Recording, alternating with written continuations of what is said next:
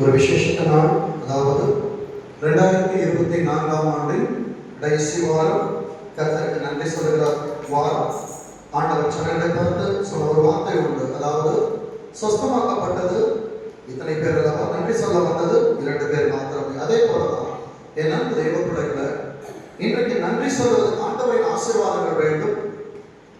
ஆண்டவர் எல்லா காரியங்களையும் நமக்கு செய்யணும். ஆனால் நன்றி சொல்வதற்கு வர வேண்டும் என்றால் எங்களுக்கான நேரம் வர வேண்டும். ஆண்டவர் சொல்லுவார், 25ஆம் ஆண்டில் எனக்கான நேரம் வரட்டும், நான் நன்மை செய்கிறேன் என்று சொல்லி வந்தவர்கள் அவர்களுக்காக நாம் தாமதிக்க வேண்டாம், காத்திருக்க வேண்டாம். கர்த்தர் நமக்கு வைத்திருக்கிற ஆசீர்வாதத்தை சுமந்து செல்வோம். இன்றைக்கு செய்தியின் தலைப்பு, திருச்சபையும் குடும்பமும் கர்த்தர் விருத்தி அடைய பண்ணுவார். மறுபடியும் சொல்லுகிறேன், திருச்சபையும் குடும்பமும் கர்த்தர் விருத்தி அடைய பண்ணுவார். ஒரு திருச்சபைக்கும் ஒரு குடும்பத்திற்கும் என்ன தொடர்பு இருக்கிறது? ஆண்டவர் எப்படி ஒரு குடும்பத்தோடு ஒரு திருச்சபையை அவர் இணைந்து அவர் நடத்தி வருகிறார் என்று சொல்லி சில காரியங்களை வேதத்தின் ஆதாரத்தின் மூலமாய் பார்ப்போம். எடுத்து வைத்துக் கொள்ளுங்கள். 1 தீமோத்தேயு 2ஆம் அதிகாரம், 1 தீமோத்தேயு 2ஆம் அதிகாரம் 4வது வசனத்தை வாசிக்க கேட்போம். எல்லா மனுஷரும் ரட்சிக்கப்படவும் சத்தியத்தை அறிகிற அறிவை அடையவும் அவர் சித்தமுள்ளவராய் இருக்கிறார். இன்றைக்கு இந்த ஆராதனையில் கர்த்தருடைய சத்தம் எப்படியாய் ஒலிக்கிறது என்றால், என் ஆண்டவர் திருச்சபையில் இருக்கிற பிள்ளைகள் மாத்திரமல்ல, அவருக்கு இன்னும் அநேக பிள்ளைகள் வெளியே இருக்கிறார்கள். அவர்கள் ரட்சிக்கப்பட வேண்டும். சத்தியத்தை அறிகிற அறிவு, அதாவது திருச்சபைக்குள் இருக்கிற என் அன்பு கண்மணிகளை கர்த்தர் சொல்லுகிற ஒரு வார்த்தை என்னவென்றால், சத்தியத்தை அறிவீர்கள். சத்தியத்தை அறிய வேண்டும் என்றால் வேதத்தை நான் தியானிக்கிறவனாய் இருக்க வேண்டும். வேதத்தை நான் கருத்தாய் உட்கொள்ளுகிறவனாய் இருந்தால்தான் சத்தியத்தை அறிய முடியும். சத்திய வரனாகிய கர்த்தருடைய வார்த்தைகளை எனக்குள்ளாய் எடுத்து வைக்க முடியும்.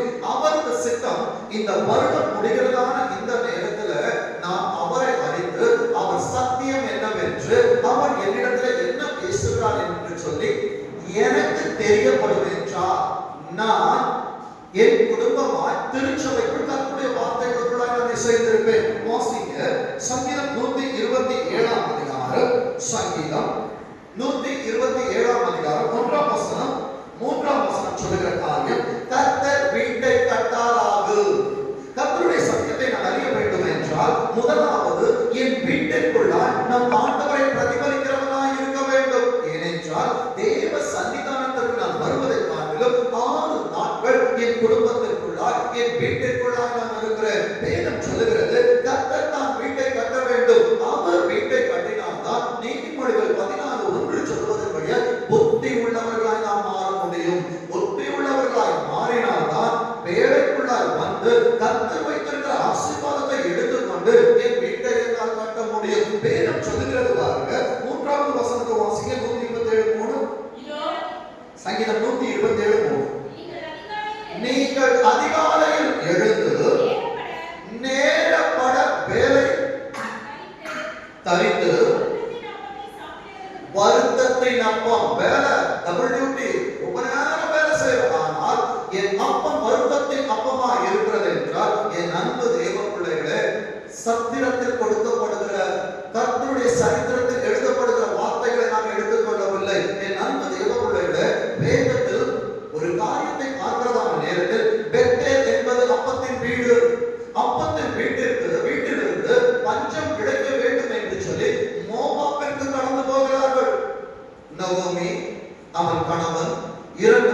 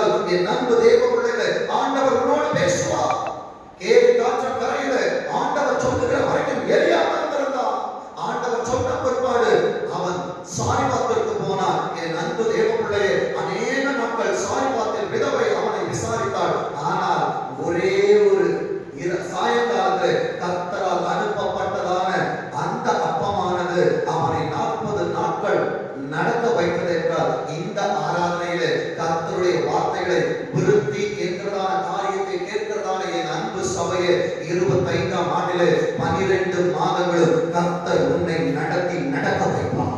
விசுவாசிக்கிறீங்களா? வேதம் சொல்லுகிற காரியத்தை பாருங்க. 1 தீமோத்தேயு 3ஆம் அதிகாரம் 1 தீமோத்தேயு 3ஆம் அதிகாரம் 5வது வசனத்தை 6வது வசனத்தை வாசிக்க பார்ப்போம்.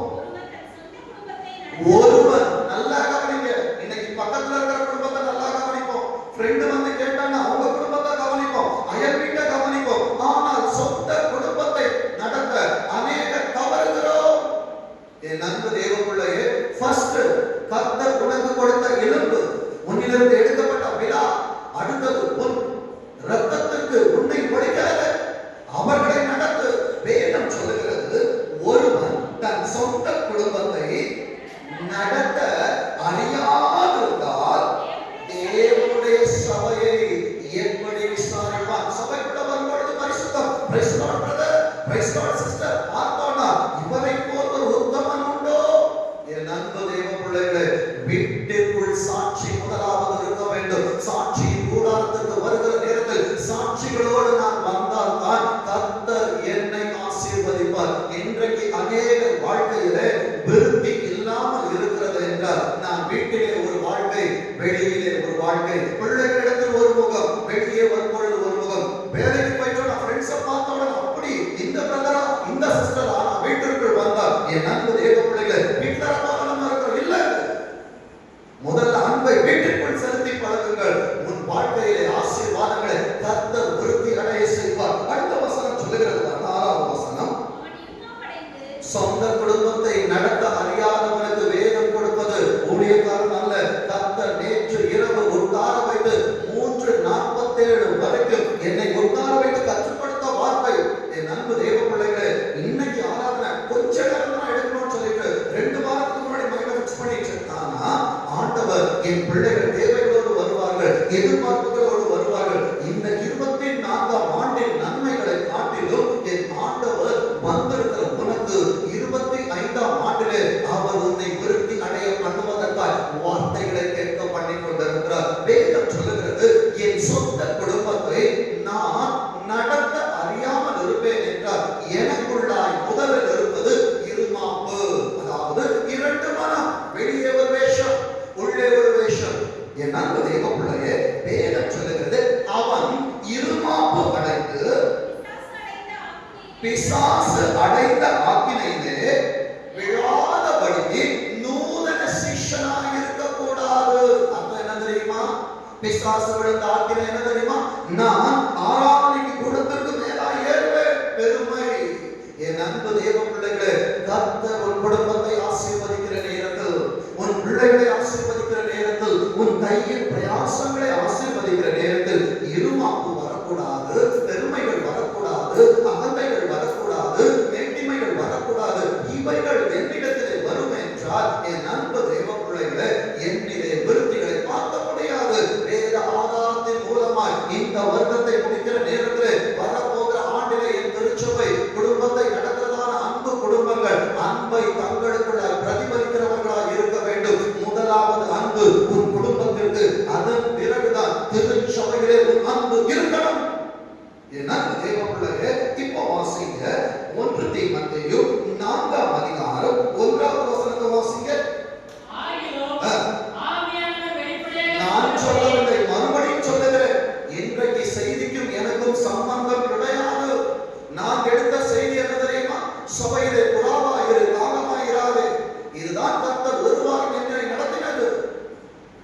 ஜெபித்த நேரத்தில் கர்த்தர் கொடுத்த வார்த்தை அதுதான். ஆனால் வேதத்தை எடுத்துக்கொண்டு உட்கார்ந்திருந்த நேரத்தில் கர்த்தர் விருத்தி அடைய பண்ணுவேன் என்ற வார்த்தையை செவிகளிலே சிந்தையிலே கொண்டு வைத்ததை உங்களிடத்தில் நான் பேசிக் கொண்டிருக்கிறேன். என் அன்பு தேவ பிள்ளைகளே, நான் சொல்லவில்லை. கர்த்தர் சில காரியங்களை திருச்சபையோடு வெளிப்படையாய் பேச விரும்புகிறார்.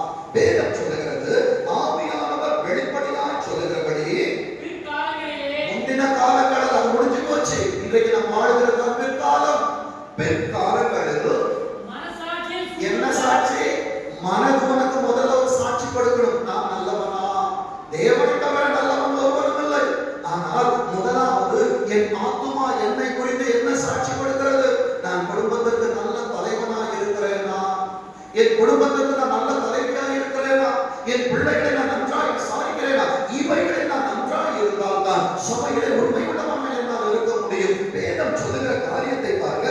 மனசாட்சியில் சூழ்ந்த இன்றைக்கு பொய்யருடைய மாயத்தை குடும்பம் நம்புகிறது, திருச்சபை நம்புகிறது, பரிசுத்தரின் காயங்களை நம்பவில்லை. எனக்காக ஒருவர் அடிக்கப்பட்டார், எனக்காக ரத்தம் சிந்தினார், எனக்காக எல்லாவற்றையும் பார்த்து கொண்ட காயத்தை மறைத்தபடியினாலே பொய்யருடைய மாயத்திலே, பிசாசுடைய மாயத்திலே சிக்கி தவித்துக் கொண்டிருக்கிற என் அருமை பிள்ளைகளே, இவைகளில் நான் இருப்பேன் என்றால் இந்த ஆராதனையிலே என் குடும்பத்திற்குள்ள நான் மாறுகிறேன் ஆண்டவரே, நான் வீட்டிற்குள் வருகிறேன் என்றால் என் பிள்ளைகள் என்னை பார்த்து ஓடி ஒழியக்கூடாது. அப்பாவிடத்துல பேசுவதற்கு, அம்மாவிடத்துல பேசுவதற்கு என் பிள்ளைகள் பயப்படக்கூடாது. திருச்சபைக்குள் வருகிறதான நேரத்தில் ஆவிக்குரிய தகப்பனிடத்துல பிள்ளைகள் பேச பயப்படக்கூடாது. இப்படிப்பட்ட குடும்பத்தை நீ நடத்துவாய் என்றால் உன் திருச்சபையிலே அது பிரதிபலிக்கும். முதலாவது அன்பு என் குடும்பத்துல, என் வீட்டில, என் வாழ்க்கையில இன்னும் சொல்ல வேண்டும் என்றால் எனக்குள்ள அன்பு இருக்கும் என்றால் என் குடும்பத்திற்குள்ளா இருக்கும். என் குடும்பத்திற்குள்ள அன்பு இருக்கும் என்றால் அது என் திருச்சபைக்குள்ளா இருக்கும். அது திருச்சபைக்குள் நான் கொண்டு வருவேன் என்றால் பரலோகத்திலே என் பெயரை ஆண்டவர் எழுதி கொண்டிருப்பார். வேதம் சொல்லுகிறது பாருங்க, சூழ்ந்த பெயருடைய மாயத்தினாலே சில நல்ல கவனிக்க எல்லா இடத்திலும் விசுவாசமானவன் வரமாட்டான். யாரு ஜெபம் இல்லாமல் இருக்கிறார்களோ, வேதம் இல்லாமல் இருக்கிறார்களோ அவர்களிடத்தில் பிசாசானவன் வருவான். ஏவாளை வஞ்சித்தது போல என் அன்பு தேவ பிள்ளைகளே, பெண்கள் பலவீனமான பாண்டங்கள், அவர்கள் பலனாய் மாற வேண்டும் என்றால் ஆதாமே அவர்கள் கரத்தை பிடித்து செழிப்பது உன் தலைமையில் விழுந்த கடமை. குடும்பமாய் உட்கார்ந்து வேதத்தை வாசிப்பது உன் தலைமையில் விழுந்த கடமை. என் அன்பு தேவ பிள்ளைகளே, உலகத்திலே பிள்ளைகள் படிக்கவில்லை என்று கோபப்படுகிறோம், மனைவி நன்றாய் சமைக்கவில்லை என்று கோபப்படுகிறோம், எத்தனை குடும்பத்தில் செழிக்கவில்லை என்று கோபப்படுகிறோம், எத்தனை குடும்பத்திலே வேதம் வாசிக்கவில்லை என்று கோபப்படுகிறோம், வரங்களை பெற்றுக் கொள்ளவில்லை என்று கோபப்படுகிறோம், சபைக்குள்ளே என் பிள்ளைகள் இன்னும் வளரவில்லை என்று கோபப்படுகிறோம். சபையில் நீ வளராவிட்டால் பரலோகத்தில் வளர முடியாது. இன்றைக்கு உன்னை கர்த்தர் திருச்சபையில் வளர்க்கிறார் என்றால் நீ பரலோகத்தில் பெரியவனாய் இருக்க வேண்டும் என்று வேதம் சொல்லுகிறது பாருங்க. 7வது வசனத்தை வாசிங்க. அதே அதிகாரத்துல நல்ல கவனிங்க. ஆசீர் குறைந்ததற்கு காரணம் என்ன தெரியுமா? சீர்கேடு. சீர்கேடு வந்தபடினாலே முன்பாக ஆண்டவர் வர வேண்டிய இடத்திலே ஆண்டவர் போய்விட்டார். சீர்கேடுகள் வந்தது. கேடுகள் வெளியே போகும் என்றால் ஆண்டவர் முன்பாய் வந்திருப்பார். ஆசீர்வதிக்கப்பட்ட குடும்பங்கள் இன்றைக்கு சீர்கெட்டுக் கொண்டிருக்கிறது என்றால் கிழவிகள் பேச்சா இருக்கிற கட்டு கதைகளுக்கு. என் அன்பு தெய்வ பிள்ளைய, யாரோ ஒருவர் வந்து உன் மனைவியை குறித்து உன்னிடத்தில் சொல்லுகிறார்கள் என்றால் மனைவி மீது அன்பா இருக்கிற கணவன் அதை நம்ப மாட்டார். மனைவியிடத்தில் சொல்லுகிறார்கள் என்றால் மனைவி அதை நம்ப மாட்டார். ஆனால் இருவருக்குள்ளும் ஒரு விரிசல் இருக்கிறது என்றால் எப்பொழுது ஒரு காரணம் கிடைக்கும், எப்போ குத்தி கிடைக்கிறான்னு பார்த்துட்டு இருப்பாங்க. என் அன்பு தேவ பிள்ளைகளே, இதுதான் இன்றைக்கு திருச்சபையில் பிரதிபலித்துக் கொண்டிருக்கிறது. என் அன்பு தேவ பிள்ளைகளே, திருச்சபைகளுக்குள்ள நம்பிக்கைகள் வர வேண்டும் என்றால் என் குடும்பத்திற்குள்ள நான் ஒருவருக்கொருவர் நம்புகிறவர்களாக இருக்க வேண்டும். என் அன்பு தேவ பிள்ளைகளே, வேதம் சொல்லுகிறது பாருங்க, இந்த கிழவிகள் பேச்சுமா இருக்கிற கட்டுக்கதைகளுக்கு என்ன பண்ண சொல்றாங்க ஆண்டவரே? விருத்தி வேண்டும் என்றால் விலகியிரு. உன் தகப்பன் யார் என்று உனக்கு தெரியணும், உன் தாய் யார் என்பது தெரியணும். என் அன்பு தேவ பிள்ளைகளே, உன் ஸ்கூல்ல உங்க அப்பா அம்மாவை பத்தி யாராவது ஒரு சொன்னார், பிள்ளைகளால் சும்மா இருக்க முடியாது.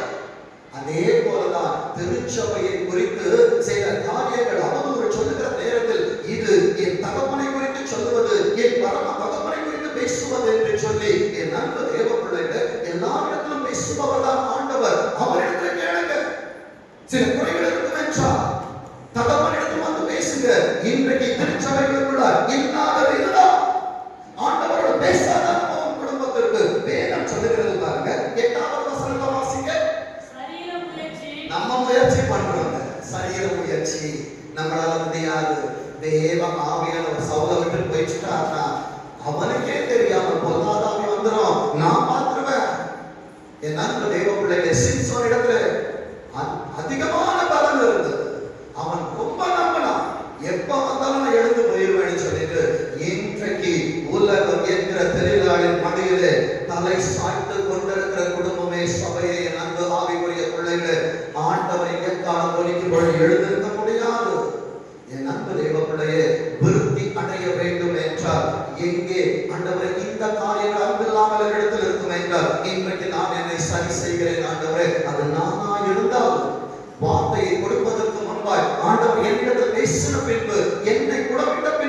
சபைக்கு அதை கொண்டு வருவார். அதனால கேட்காதீங்க, பாஸ்டர் எல்லாம் ஈஸியா பாஸ்டர் பேசல, இதை பாஸ்டர் பேசுகிற சத்தமாய் கேட்பீர்கள் என்றால் இது உங்கள் ஆராதனை அல்ல, பரிசுத்த ஆவியானவர் பேசுகிறார் என்று சொல்லி கேட்பீர்கள் என்றால் உன் பாத்திரத்தை என் ஆண்டவர் சுத்தம் செய்து தரித்திரத்தை சரித்திரமாய் மாற்றுவார். வேதம் சொல்லுகிறது பாருங்க, சரீர முயற்சி அல்ப பிரயோஜனம் உள்ளது, தேவ பக்தியானது ஆண்டவர் இந்த உலகத்திலே உனக்கு கொடுத்த ஜீவனுக்கும் இதற்கு பின்வரும் ஜீவன் உன் பிள்ளைகளுக்கும் வாக்கு தத்தம் உள்ளதாகையால் எல்லாவற்றிலும் பிரயோஜனம் உள்ளது. அதனால நம்ம உங்க ரியாலிட்டியில வாழ ஆசைப்படுங்க. அவர் இப்படி பண்ணுகிறார், திருச்சபைக்கு வரவரைப்படி அவரை போல ஆட்கள் ட்ரை பண்ணாதீங்க. ஆண்டவர் உங்களுக்கு ஒரு ஒரிஜினாலிட்டியை கொடுத்திருக்கிறாங்க. அந்த ஒரிஜினாலிட்டியை உன் வாழ்க்கையை நான் வாழ முடியாது, என் வாழ்க்கையை நீ வாழ முடியாது. இந்த உலகத்தில் இருக்கிற வரைக்கும் கர்த்தர் நமக்கு தந்த வாழ்க்கையை அவர் எப்படி என்னை இந்த உலகத்திற்கு அனுப்பினாரோ அப்படித்தான் நான் வாழ்வேன் என்றால் என்னை தேடி விருத்தி வந்து கொண்டே இருக்கும். இப்போ வாசிங்க 1 ராஜாக்கள் 13ஆம் அதிகாரம் 7வது வசனம். இந்த காரியத்தின் நிறம் என்னவென்றால், ஆண்டவர் ஒரு தீர்க்கதரிசியை யெரொபெயாமிடத்தில் அனுப்பி அவனை எச்சரிக்க சொல்லுகிறார். அந்த தீர்க்கதரிசி போய் அவனை எச்சரிக்கிறதான நேரத்தில் அவனுக்கு விரோதமாய் யெரொபெயாம் பேசுகிறான். அவன் கையை நீட்டினதான நேரத்தில் அவன் நீட்டின கை அப்படியே நின்று போனது. இன்றைக்கு வளருகிற சின்ன பிள்ளைகளுக்கு சொல்றேன், வாலிப பிள்ளைகளுக்கு சொல்றேன், அப்பா அம்மாவை கை நீட்டி பேசாதீங்க. யெரொபெயாம் தனக்கு நேராக அனுப்பப்பட்ட தீர்க்கதரிசிக்கு முன்பாக கையை நீட்டி பேசின நேரத்தில் அவன் கை அப்படியே நின்று போனது. இன்றைக்கு ஆவிக்குரிய தகப்பனா இங்கே நான் நிற்கிறேன் என்றால் என் அன்பு திருச்சபையே, ஊழியத்திற்கு நேராய் கை நீட்டாது, பரலோகத்திற்கு நேராய் கை நீட்டாது. இன்றைக்கு அநேக ஆசீர்வாதங்கள் ஒப்பு தூணாய் நின்று கொண்டிருக்கிறது என்றால் இந்த காரியங்கள் என்னில் இருக்கும் என்றால் இன்றைக்கு நான் சரி செய்கிறேன். அவன் சொன்ன வார்த்தை, தேவனிடத்தில் எனக்காய் வேண்டிக் கொள்ளுங்கள். அவன் வேண்டிக் கொண்டதான நேரத்திலே அவன் கை மறுபடியும் அவன் ஸ்தானத்திற்கு திரும்பி வந்தது. இன்றைக்கு என்னிலே குறைகள் இருக்கும் என்றால் என்னிடத்தில் யாரும் கேட்க வேண்டாம். நானும் உங்களை போல பாடுள்ள மனிதன் தான். பரம தகப்பன் இடத்திலே, ஆண்டவரே பரத்திற்கு விரோதமாய் நான் பாவம் செய்தேன் என்று உன் மனதளவை இயேசுவாவை கூப்பிடு. உன் ஆசீர்வாதங்களே ஒவ்வொன்றும் உயிர்ப்பிக்கப்பட்டு 25ஆம் ஆண்டை நீ சுதந்தரிப்பதற்கு முன்பாகவே கர்த்தர் அவருக்கு ஒரு வினாடி போதுங்க, கர்த்தர் வாழ்க்கையை தலைகீழாய் மாற்றுவதற்கு. இப்போ இங்கே நடக்கிற காரியத்தை பாருங்க. 1 ராஜாக்கள் 13:7 வாசிங்க. அப்பொழுது ராஜா தேவனுடைய மனுஷனை நோக்கி, ராஜாவா இருந்தாலும் சரி, அப்பா அம்மா முன்னால நம்ம பேசக்கூடாது. அவர்கள் தவறே செய்தாலும் அவர்களை எதிர்த்து பேசுவதற்கு நமக்கு அதிகாரம் இல்லை. இன்னைக்கு நல்லா பேசுறோம். நீ பிறந்த நேரத்துல அம்மா கையில வச்சிருப்பாங்க, அப்பா இடுப்புல தூக்கி வச்சிருப்பாரு. தாத்தாவை பார்த்து உனக்கு பாஷை தெரியாது, உன் மொழியில நீ எதையோ கேட்டு அப்பா காட்டி சொல்லி கொடுத்து 4 வாட்டி சொன்னாரா 400 வாட்டி சொன்னாரா என்று பெற்ற தகப்பனுக்கு தெரியும், தாய்க்கு தெரியும். தாத்தா தாத்தா என்று சொல்லி இன்றைக்கு ஒரு 4 தடவை ஒரு வேலையை பிள்ளைகளிடத்தில் சொன்னார், பிள்ளைகளுக்கு கோபம் வருகிறது. என் அன்பு தேவ பிள்ளைகளே, திருச்சபையும் அப்படிப்பட்டதுதான். என் அன்பு பிள்ளைகளே, உங்களை திருத்த வேண்டும் என்றால் ஒரு காரியத்தை கர்த்தர் பல தடவை பேசுவார். நான் கேட்கவில்லை என்றால் அவர் வந்து கணக்கு கேட்பார். என் அன்பு தேவ பிள்ளையே, இங்கே ராஜா அந்த தீர்க்கதரிசியை பார்த்து சொல்கிறார் பாருங்க, வாசிங்க. நீ என்னோடு கூட வீட்டுக்கு வந்து இளைப்பாறு. ராஜாவோட வீடு எப்படி இருக்குங்க? எல்லாம் இருக்கு, திரளான ஆஸ்திகள் இருக்கு. ஆனால் அவனுக்கு கொடுக்கப்பட்ட நியமம் என்னவென்றால், நீ யெரொபெயாமிடத்தில் பேச வேண்டும், ஆனால் அவரிடத்தில் தங்கக்கூடாது.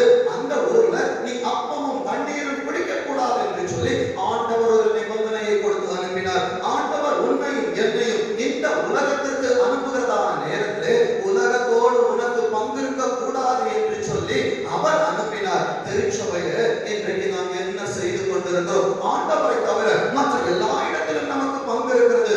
அப்பத்தின் வீட்டில் இருப்பதை விட்டுவிட்டு உலகத்திலே வாழ்வதை மனிதன் தெரிந்து கொள்ளுகிறான். வேதம் சொல்லுகிறது பாருங்க, அவன் சொல்லுகிறான், என் வீட்டிற்கு வந்து இளைப்பாறு, உனக்கு உலகத்தின் பிசாசை நம்பி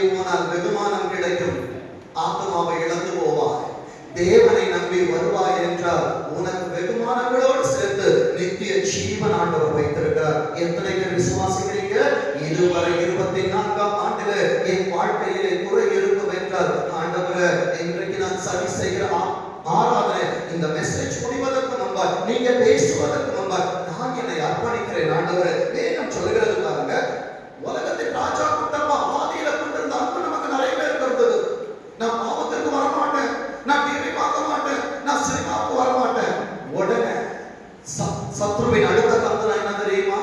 என் அன்பு தேவ பிள்ளைகளை, தோட்டத்திற்குள் தந்திரமாய் நுழைந்தவன் இன்றைக்கு உன் குடும்பத்திற்குள் தந்திரமாய் நுழைகிறான், உணவுள்ளாய் தந்திரமாய் நுழைகிறான். உனக்கு பிரியமானவளை வச்சுதான் அவன் உன்னிலே கிரியை செய்வான். அது உனக்கு அன்பிற்குரியவர்களாய் இருப்பார்கள், உன் நேசத்திற்குரியவர்களாய் இருப்பார்கள். வேதம் அங்கே சொல்லுகிற காரியத்தை பாருங்க.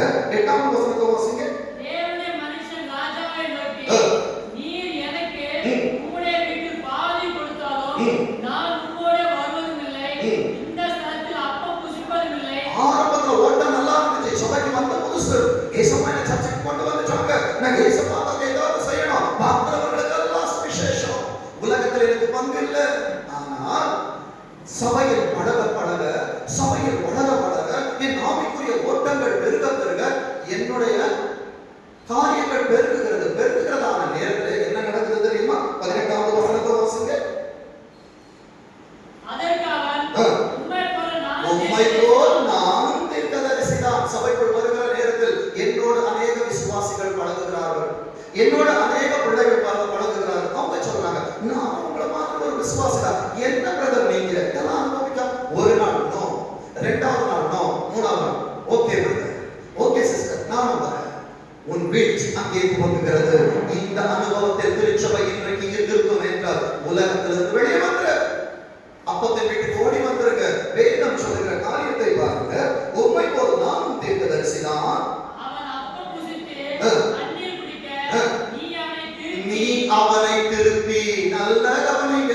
எசேக்கியாவே, நீ ஆசீர்வாதமா இருக்கிறதான நேரத்தில் சத்துரு உனக்கு அறியாதவர்களே இல்ல, ஃப்ரெண்ட்ஷிப்பா உன்கிட்ட வருவான், ஃப்ரெண்ட்லியா உன்கிட்ட வருவான், உனக்கு அறிமுகமானவர்கள் உன்கிட்ட அனுப்புவான். இங்கே இந்த தீர்க்கதரிசிக்கு நேராக இன்னொரு தீர்க்கதரிசி வருகிறான். அவன் வந்து சொல்லுகிறான், நானும் உன்னை போல தீர்க்கதரிசி தான். அப்பம் புசிக்க வேண்டும், நீ தண்ணி குடிக்க வேண்டும். நீ அவனை திருப்பி உன் வீட்டுக்கு அழைத்து கொண்டு வா என்று ஒரு தூதன் கர்த்தருடைய யார் சொன்ன? தூதன் சொல்றாங்க.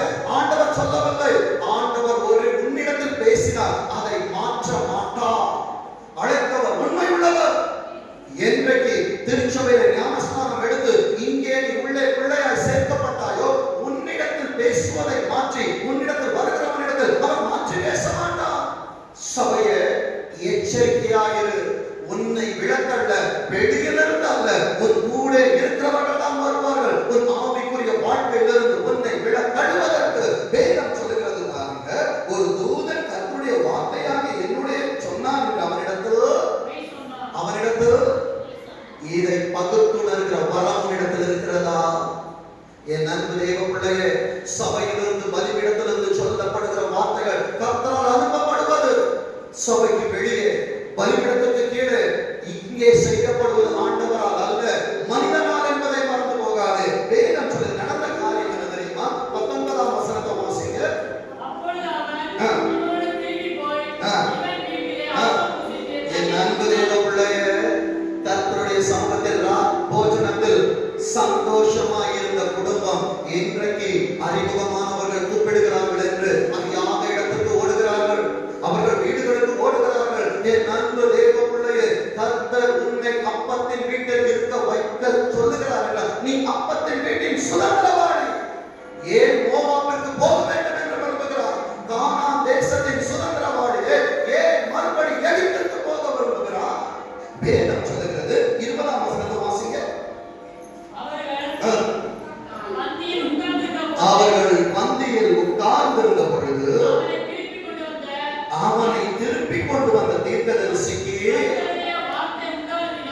அப்பா முதல்ல ஏசப்பா உன்கிட்ட தான் பேசினாங்க, நீ கேட்கல, உன் ஸ்தானத்தை இழந்தார். இன்றைக்கு உன் ஸ்தானம் உன்னிலும் உத்தமமா இருக்கிற உன்னை யார் விளக்கழினாலும் அவன் இன்றைக்கு நன்றாய்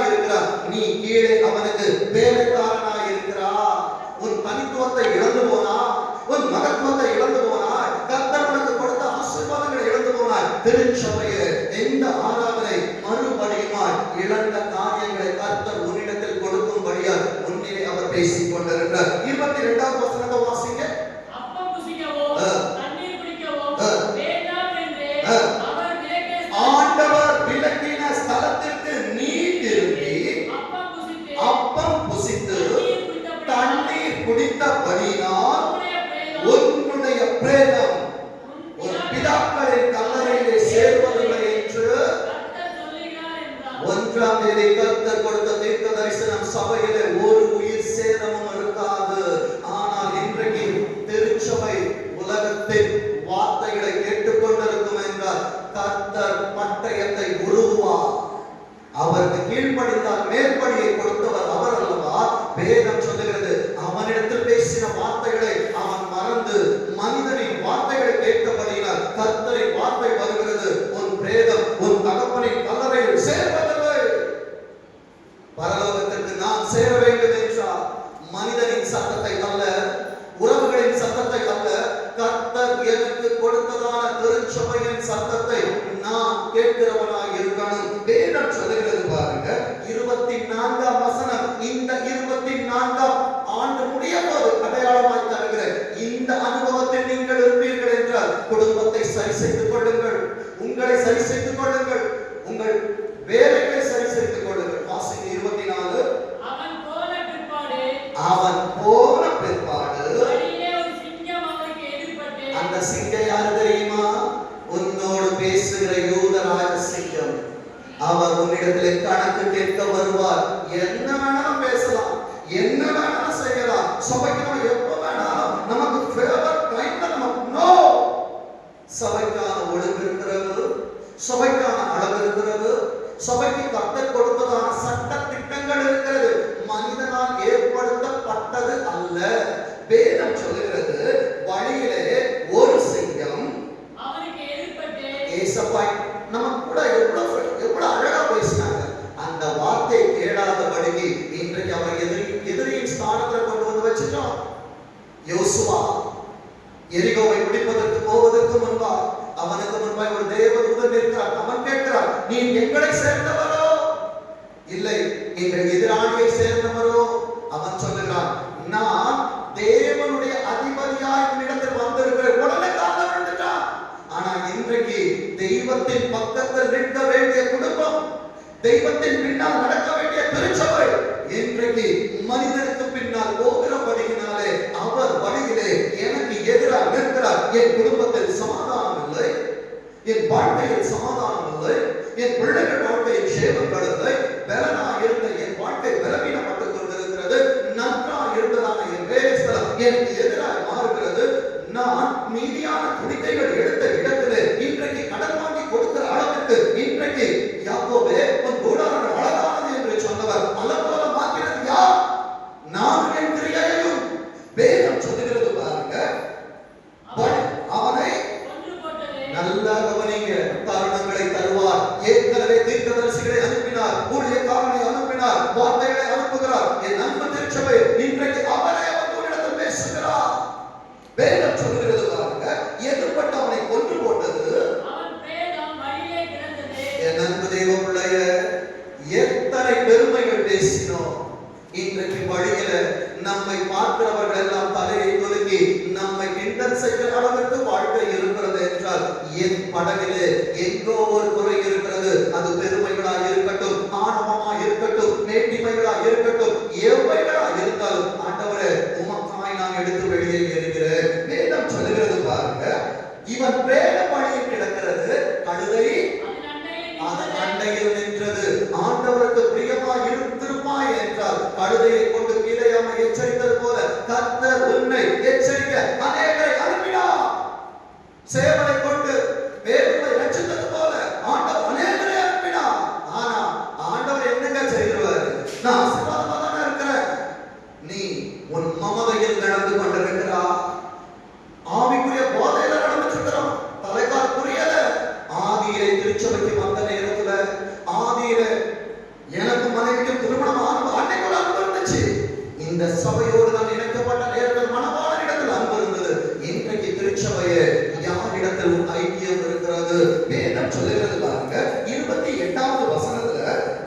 பகுதி சொல்கிறது, அந்த சிங்கம் பிரேதத்தை பிரேதத்தை தின்னவும் தின்னவும் இல்லை, கழுதையை குறித்து போடவும் வேலையாளத்தை சொன்னார். நீ இன்னைய வார்த்தைக்கு கீழ்ப்படியாம இருந்தீங்கன்னா கழுதையை உயிரோட வச்சுட்டு ஒன்றை கொண்டிருப்ப.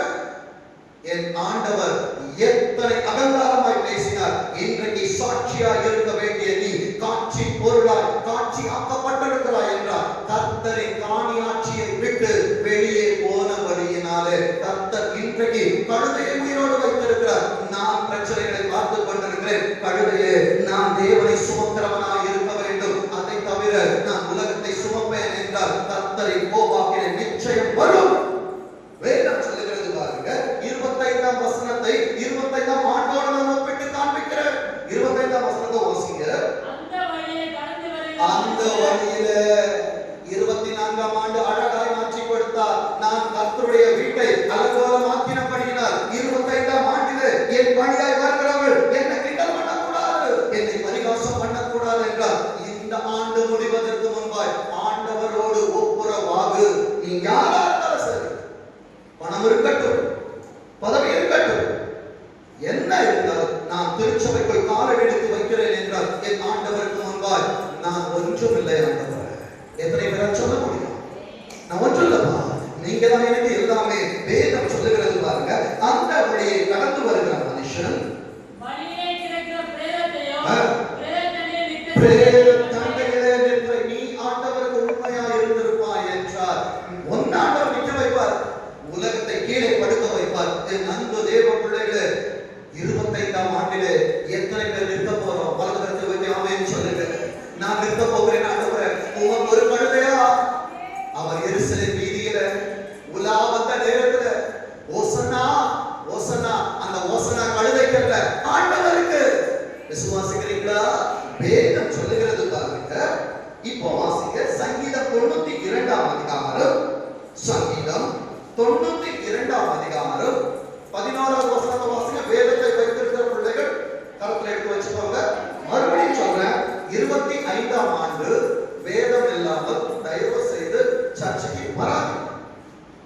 பலிபீடத்துல சொல்றேன், ஒரு ஸ்கூலுக்கு போகும்போது பிள்ளைக்கு மூட்டை நிறைய கொடுத்து அனுப்புறோம். ஆனா தேவ சமூகத்துக்கு வரும்போது ஒரு பரிசுத்த வேதம், அதுதான் உனக்கு ஆண்டவர் கொடுத்த நட்சத்திரம். இன்னைக்கு ஏன் நிறைய பேருக்கு நட்சத்திரம் வழிகாட்டல? வேதம் இல்லை. வேதத்தை சுமந்தாதானே கர்த்தரனை சுமப்பா. வேதத்தை சுமக்க என்னால முடியலையே. ஏசப்பா எப்படிங்க சுமப்பாரு? பர்த்டேக்கு பிள்ளைங்களுக்கு எதை வாங்கி தரீங்களோ இல்லையோ, பைபிள் வாங்கி தாங்க. வாங்கி கொடுக்க சொல்லுங்க, நான் வாங்கி தரேன். வேதம் சொல்லுகிற காரியத்தை பாருங்க. சங்கீதம் 92:11 வாசிங்க. என் சத்துருக்களுக்கு நேரிட 25ஆம் ஆண்டிலே கர்த்தர் வந்திருக்கிற உன்னோட ஒரு வாக்குத்தத்தம் செய்கிறார். உன் சத்துருக்கள் கடனாய் இருக்கலாம், உன் சத்துருக்கள் பலவீனமாய் இருக்கலாம், உன் சத்துருக்கள் தோல்விகளாய் இருக்கலாம், உன் சத்துருக்கள் இதுவரை ஆண்டவரே எதிர்பார்த்தது கிடைக்கவில்லை என்று ஏக்கமாய் இருக்கலாம். ஆண்டவர் சொல்லுகிறார், என் சத்துருக்களுக்கு நேரிடுவதை என் கண் காணும், எனக்கு விரோதமாய் எழும்புகிற துன்மார்க்கருக்கு நேரிடுவதை ஆண்டவர் நிறைய பேருக்கு பார்க்க வச்சிருக்கிறார். நிறைய செய்திகளை கேட்க வைத்திருக்கிறார். ஆண்டவர் என்னை எப்படி எழுத வைத்தார் தெரியுமா? அவர் எழுத வைத்ததை அப்படியே படிக்கிறேன். தேவைப்படுகிறவர்கள் எழுதி கொள்ளுங்கள். சாட்சியின் கூடாரத்தில் நீதியை சரிக்கட்டும் சாட்சிகளின் ஆண்டு 25ஆம் ஆண்டு.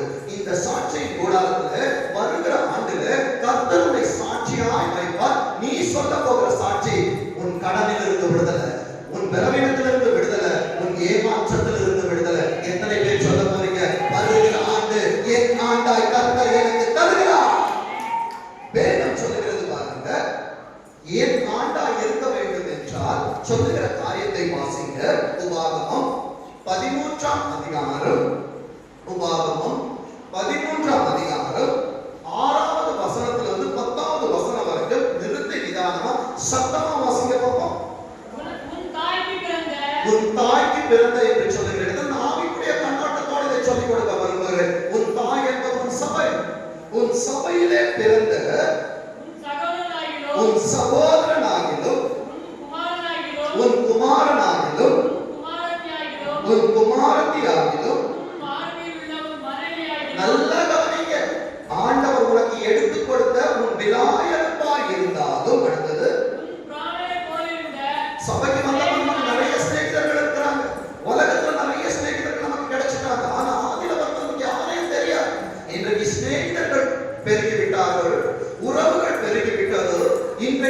என் கரத்திலே நான் எது வேண்டும் என்றாலும் எனக்கு கிடைக்கும் என்கிற நிலையிலே என்னை ஆண்டவர் வளர்த்து வைத்தார். வளர்த்து வைக்கிறதான நேரத்திலே உன் பிராணனை போல இருக்கிற சிநேகிதனானாலும் நாம் போய் வேறே தேவர்களை சேவிப்போம் வாருங்கள். அதாவது என் அன்பு தேவ பிள்ளையே, உனக்காய் கர்த்தர் கொடுக்கப்பட்ட சபையிலே உன் தேவன் இருப்பார். உனக்கு அட்மிஷனை கொடுத்தது நான் அல்ல, பரலோகத்தின் ஆவியானவர். இந்த அட்மிஷனுக்கு நீ வெளியே எங்க ஓடினாலும் அங்கே உன் தெய்வத்தை பார்க்க முடியும். வார்த்தைகளுக்கு வார்த்தை வார்த்தையாக இருக்கும். வார்த்தை வார்த்தையானவராய் வர வேண்டும் என்றால் எனக்கு என் ஆண்டவர் என்னை நிலை நிறுத்தி வைத்திருக்கிற சபையில் நான் இருக்கணும். வருகிற நேரத்தில் நான் எப்படி வந்தேன், என்னால் தீர்க்க தரிசனமாய் சாட்சியா இங்கே இருந்து சொல்ல முடியும். இங்கே வந்திருக்கிற எல்லாரையுமே கர்த்தர் வந்ததை காட்டிலும் 1000 மடங்கு ஆசீர்வதித்து வைத்திருக்கிறார். உண்மை என்று சொல்லுங்க, நாமே சொல்லுங்க.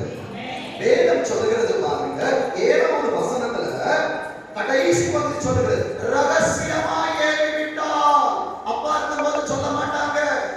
உன் பிள்ளைகளுக்கு சோதனை அப்பா அம்மா இருக்கும்போது வராது. வாலிப பிள்ளைகளை பெற்று வைத்திருக்கிற பிள்ளைகளுக்கு அப்பா அம்மா இருக்கும்போது பருந்துகள் வராது. அப்பா அம்மாவுடைய கண்ணை மறைச்சிட்டு தான் நரக ரகசியங்கள் வரும். திருச்சபையிலே இன்றைக்கு உன்னை தேடி அநேக பருந்துகள் வருகிறது என்றால் ஜாக்கிரதையாயிரு. உன்னை விழத்தள்ள வேண்டும் என்று வருகிற பருந்துகள் வேதத்திலிருந்து நான் காண்பித்துக் கொடுக்கிறேன். பரிசுத்த ஆவியானவர் பேசுகிறதை எனக்கு சொல்லித் தருகிறேன். வேதம் சொல்லுகிறது, ரகசியமாய் ஏவி விட்டால் 8வது வசனத்தை வாசிங்க. நீ யாரா இருந்தாலும் சரி, மனைவியா இருந்தாலும் கணவனா இருந்தாலும், ஏன் சர்ச்சுக்கு போகணும்?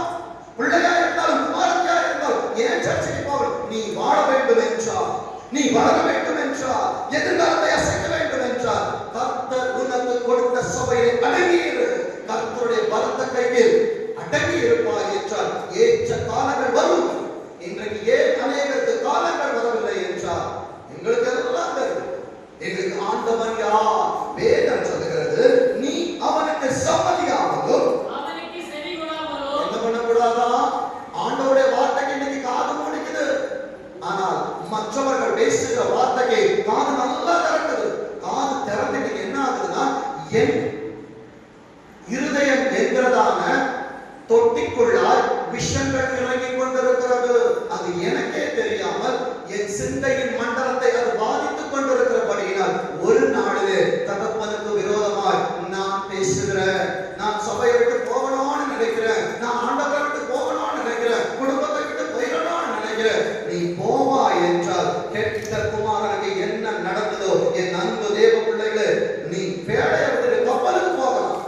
அங்க ஏசி இருக்கும், பெரிய பெரிய டிவில எல்லாம் போட்டு காட்டுவாங்க. ஆனால் ஆண்டவர் அங்கே இருக்க மாட்டார், அவர் உன்னோடு பேச மாட்டார். அந்த கப்பலிலிருந்து ஒரு நாள் நீ வெளியே தூக்கி எறியப்படுவாய். அன்றைக்கு உன்னை அணைத்துக் கொள்ள வேலை ஆண்டவர் இங்கே வைத்திருப்பார். இது நீ உலகத்தில் வாழ்கிறவரை என் நண்ப தேவ பிள்ளையே, வேதம் சொல்லுகிறது 10வது வசனத்தை வாசிங்க. நல்ல கவனிங்க. ஏசப்பா உங்களை இங்கே எல்லாருமே பிறந்தவங்க இந்த சபையில தான் பிறந்தவங்க இல்ல. ஏன் ஆண்டவர் கொண்டு வந்தார்? வேதம் சொல்லுகிறது, அடிமைத்தன வீடாக எகிப்து தேசத்திலிருந்து உன்னை புறப்பட பண்ணின உன் தேவனாகிய கர்த்தரை விட்டு விலகும்படி அவன் என்கிற இடத்துல உங்களை யாராவது ஏவி இருப்பார்கள் என்றால் ஆண்டவரை அவர்களை மன்னியும், நான் என்னை மாற்றிக் கொள்ளுகிறேன். என் நிமித்தமாய் முழு கப்பலுக்கு சேதம் வந்துடக்கூடாது. அவங்க சொல்லுவாங்க, ஆனா சொல்லுகிறவங்க அங்கே இருப்பாங்க. நீ போயிருவ, உன் நிமித்தமாய் போகிற இடத்துக்கு சேதம் வரும். யோனாவின் நிமித்தமாய் கப்பலுக்கு சேதம் வந்தது. ஆனால் நோவாவின் நிமித்தமாய் வேலைக்கு சேதம் வரல. ஏனென்றால் அவன் தேவ வார்த்தைப்படி அடங்கி இருந்தான். எத்தனை வருஷம் அவன் வேலை கட்டினா? 100 வருஷம். இன்னைக்கு 5 வருஷம் சபையில இருக்க முடியல, 10 வருஷம் சபையில இருக்க முடியல, கர்த்தர் கொடுத்த குடும்பத்தை நடத்த முடியல, மனைவியிடத்தில் அன்பு காட்ட முடியல, பிள்ளைகளை விசாரிக்க முடியல. நீங்க பரலோகத்தில் என்ன பண்ண போறோம்? முதலாவது இங்கே வாழ்ந்து பழகுங்கள், அன்பை இங்கே கொடுத்து பழகுங்கள். வேதம் சொல்லுகிறது பாருங்க, உன்னை ஏவினபடியால் அவன் சாகும்படி அவன் மேல் கல்லெறிய கடவாய். கல்லுதான் எரிய வேண்டாம். ஆண்டவருடைய சமூகத்தில் முழங்கால் படியிட்டு அந்த ஏவு எதை ஏவ முடியும் தெரியுமா? குட்டி சாத்தான தான் ஏவ முடியும். ஆண்டவரே, அது எந்த சாத்தானா இருந்தாலும் நான்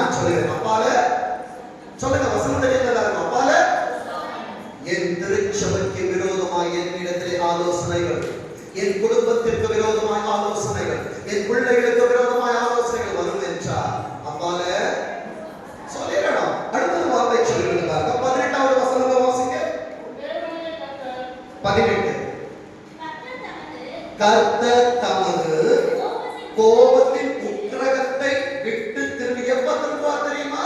இந்த சாத்தானெல்லாம் அப்புறப்படுத்தணும். முதல்ல உன் குடும்பத்தை நம்பணும், உன் மனைவியை நம்பணும், உன் பிள்ளைய நம்பணும், உன் தொழிலை நம்பணும், உன் கையின் பிரயாசத்தை நம்பணும். இதற்கெல்லாம் மேலே எனக்கு இதை கொடுத்தவரை நான் நம்ப வேண்டும். ஆனால் என்னை கெடுத்தவர்களை நம்பிக்கொண்டிருக்கிறேன், கொடுத்தவரை மறந்து போனேன். வேதம் சொல்லுகிறது, இந்த ஆராதனையிலே மறுபடியுமாய் அவரை நான் நம்புவேன் என்றால் அவர் தன் கோபத்தை விட்டு திரும்பி உனக்கு தயை செய்து ஆண்டவர் என்ன பண்ணுவாங்களா? உனக்கு இறங்கி அவன் பிதாக்களுக்கு ஆணையிட்டபடி உன்னை 25ஆம் ஆண்டிலே, இந்த வருஷத்துல, இந்த ஆராதனையிலே உன்னை செப்பனிடுவார் என்றால் உன்னை விருத்தி அடைய பண்ணுவார். நீ விருத்தி அடைய கூடாதுன்னா எத்தனையோ சவுலை ஈட்டி எடுத்து அடிச்சுட்டே இருந்தாங்க. நீ தாவீதா இருந்தபடியினால் அந்த ஈட்டிகளுக்கு தப்பினபடியால் இங்கே அமர்ந்திருக்கிறார். விசுவாசிக்கிறீங்களா? கண்ணி தெரித்தது, நீ தப்பினபடியால் உள்ளே இருக்கிறார். என் அன்பு தேவ பிள்ளைகளே, கர்த்தருடைய எச்சரிப்பை சொல்லி கடந்து போகிறேன். வாசிங்க மல்கியா 2ஆம் அதிகாரம், மல்கியா 2ஆம் அதிகாரம் 8ஆம் வசனத்தை வாசிங்க பார்ப்போம். மல்கியா 2:8. நீங்களோ யாருடைய வழிய? ஏசப்பா உனக்கு காண்பித்த திருச்சபையின் வழியை விட்டு விலகி, உன் குடும்பத்தின் வழியை விட்டு விலகி, வேலைக்கு போகிற நேரத்தில் நண்பர்களோடு பேசிக்கொண்டு உன் நேரத்தை விருதாவாக்கி கர்த்தர் கொடுத்த வேலையின் நேரத்தை விட்டு விலகி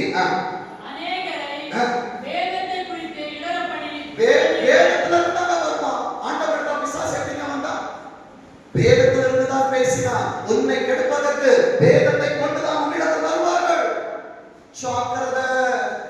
என் அன்பு தேவ பிள்ளையே, பெண்களை சபையில பேச வைக்காதீங்க, ஆட வைக்காதீங்க, பாட வைக்காதீங்க. மனவாட்டி சபையை நான் உனக்கு சொல்லுகிறேன், தேவ சமூகத்தில் ஆண் என்றும் இல்லை, பெண் என்றும் இல்லை. விசுவாசிக்கிறீங்களா? இந்த போதனைக்கு என் அன்பு தேவ வேதத்திலிருந்தே நான் சொல்லி தருகிறேன். தேவ சமூகத்துல அவர் மணவாளன் என்றால் ஒருவேளை உலகத்துல நாதம் என்று மாற்றட்டிக் கொள்ளலாம். ஆனால் பரலோகத்திற்கு போக வேண்டிய நேரத்தில் அங்கே நானும் ஏவாடு. வேதம் சொல்லுகிறது பாருங்க, நீங்களோ வழியை விட்டு விலகி அநேகரை வேதத்தை குறித்து இடர பண்ணினீர்கள். லேவி உடன்படிக்கை என்ன தெரியுமா? பணிவிடை. பணிவிடை. இன்றைக்கு சபையில பணிவிடை செய்யணும். நான் எங்க வேலை செய்யணும்? நான் எங்க தேர்தலுக்கு வரணும்? நான் எங்க அவங்க வீட்டுக்கு போகணும்? நான் எங்க ஆண்டவரை சொல்லணும்? நான் எங்க டாக்ஸ் கொடுக்கணும்? லேவியின் உடன்படிக்கையை இன்றைக்கு அநேக வார்த்தைகள் நிமித்தமாய் இழந்து போன சபையை நான் என் வீட்டை பிரேம் மீட்டிங் வைக்கணும், நான் என் பர்த்டேக்கு பாஸ்டரை கூப்பிடணும், நான் என் பர்த்டேக்கு ஃபோன் பண்ணி நான் உங்ககிட்ட ஆசீர்வாதத்தை வாங்கணும், 1ஆம் தேதி ஜெபத்துக்கு வந்தா குடும்பமா நான் செபிக்கணும். ஜாக்கிரதை. ஏன் என் வாழ்க்கையிலே ஆசீர்வாதம் குறைவுபட்டது? ஏன் நன்றாய் சென்றதான வாழ்க்கை கோணமானதாக இருக்கிறது? தெய்வத்தை விட்டு நான் விலகினேன், தெய்வம் என்னை விட்டு விலகினது. என்னை விட்டு விலகினதுனால் அல்ல, திருச்சபையை விட்டு விலக நினைத்ததா? கெட்ட குமாரன் தகப்பனை விட்டு போன நினைச்சவன் ரொம்ப நாளா பிளான் பண்ணான். மனதளவில் என் நண்பு தேவ பிள்ளையே, உன் மேல் வீட்டு அறையிலே கொடுக்கப்பட்டிருக்கிற அநேக ஆலோசனைகளை கர்த்தர் வெளியே எடுத்து போட்டுக் கொண்டிருக்கிறார். நீ ஆயிரு, நீ கர்த்தருக்குரியவனாயிரு. வேதம் சொல்லுகிறது பாருங்க, லேவியின் உடன்படிக்கையை எடுத்து போட்டீர்கள். நான் சொல்லல, நம்மள தயவு செய்து கோபப்படாதீங்க. கோபப்படணும் அவர்கிட்ட போய் தனியா பேசு. என்னிடத்தில் பேசினவன் உன்னிடத்தில் பேசுவான். வேதம் சொல்லுகிறது 13ஆவது வசனத்தை வாசிங்க. ஆண்டவர் செகண்ட் சான்ஸ் தராங்க. அது இந்த 2024 எனக்கும் திருச்சபைக்கும் தூரத்திலிருந்தும் சமீபத்திலிருந்தும் கேட்கிற ஒவ்வொரு தேவ ஜனங்களுக்கும் இருக்கட்டும். வேதம் சொல்லுகிறது, நீங்கள் 2ஆம் தரமும் எதை நீ செய்கிறாயோ இதை 25ல கண்டினியூ பண்ணிடாதீங்க. ஏசப்பா மறுபடியும் பேசுறாங்க, இதை 2ஆம் தரமும் இதை செய்து என்ன கண்ணீர் வடிக்க வைக்கல? கர்த்தருடைய பீடத்தை கண்ணீரினாலும் அழுகையினாலும் பெருமூச்சினாலும் நிரப்புகிறீர்கள். பாத்திரத்தை நிரப்பினவருக்கு நாம் இன்றைக்கு நிரம்ப கொடுத்து கொண்டிருப்பது என்ன தெரியுமா? அழுகை, பெருமூச்சு, கண்ணீர். கர்த்தர் என்னை குறித்து சந்தோஷமாய் இருக்கல, அவர் துக்கமாய் இறங்கி வந்திருக்கிறார்.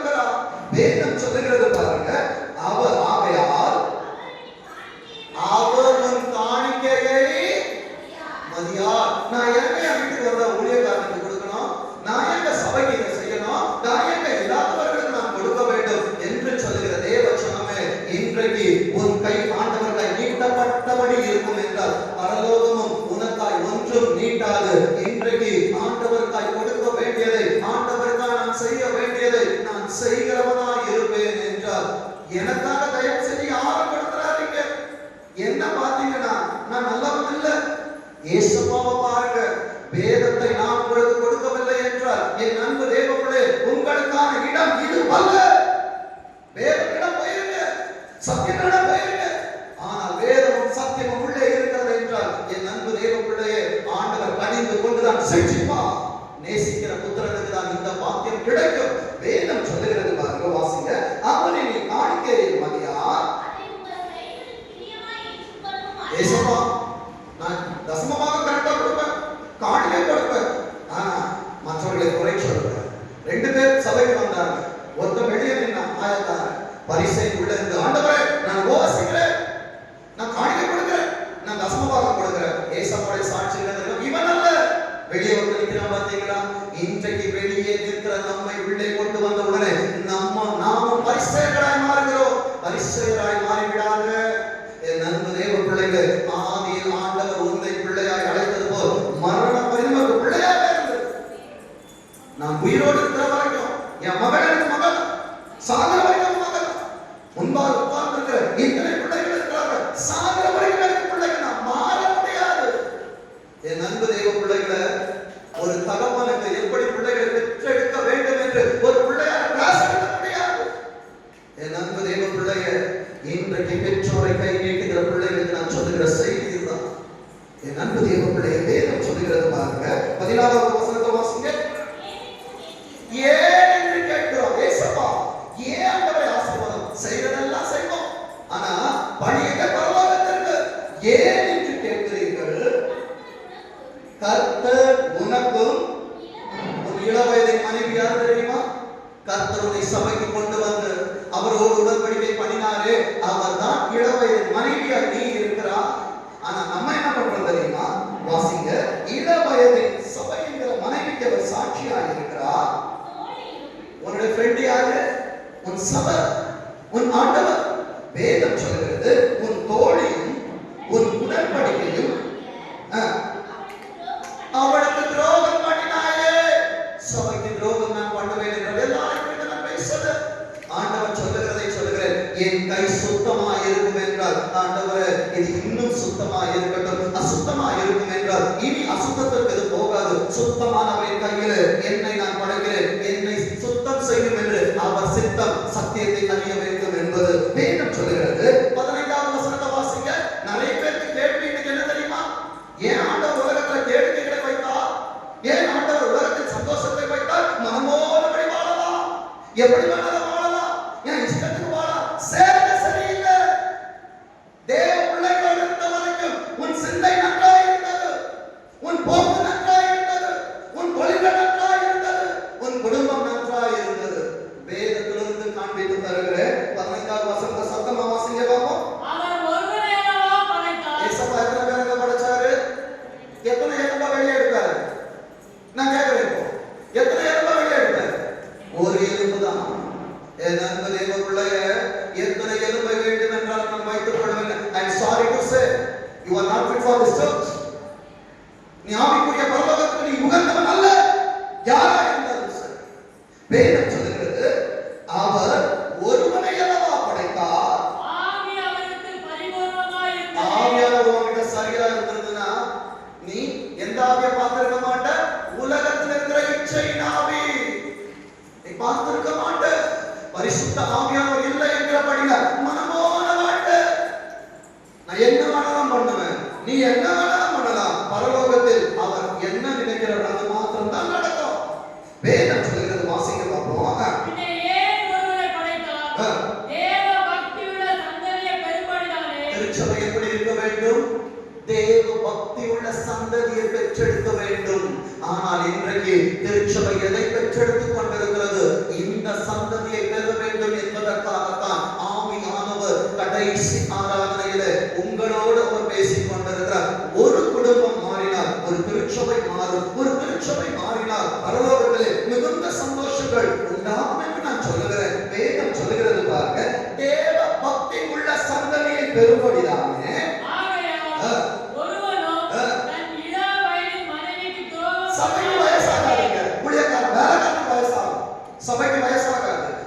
இன்றைக்கு எவ்வளவு ஏனென்றால் அவர் சரீரம், அவருக்கு வயசானாதான் சபைக்கு வயசாகும்.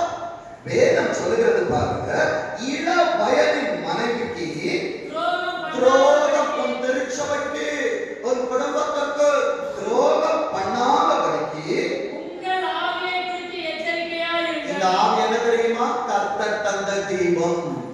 இந்த தீபத்தை குறித்து நீ எச்சரிக்கையா இல்லாவிட்டால் ஒரு மெழுகுவர்த்தி ஏத்துறீங்க, காத்தாக்குதுன்னா என்ன பண்ணும்?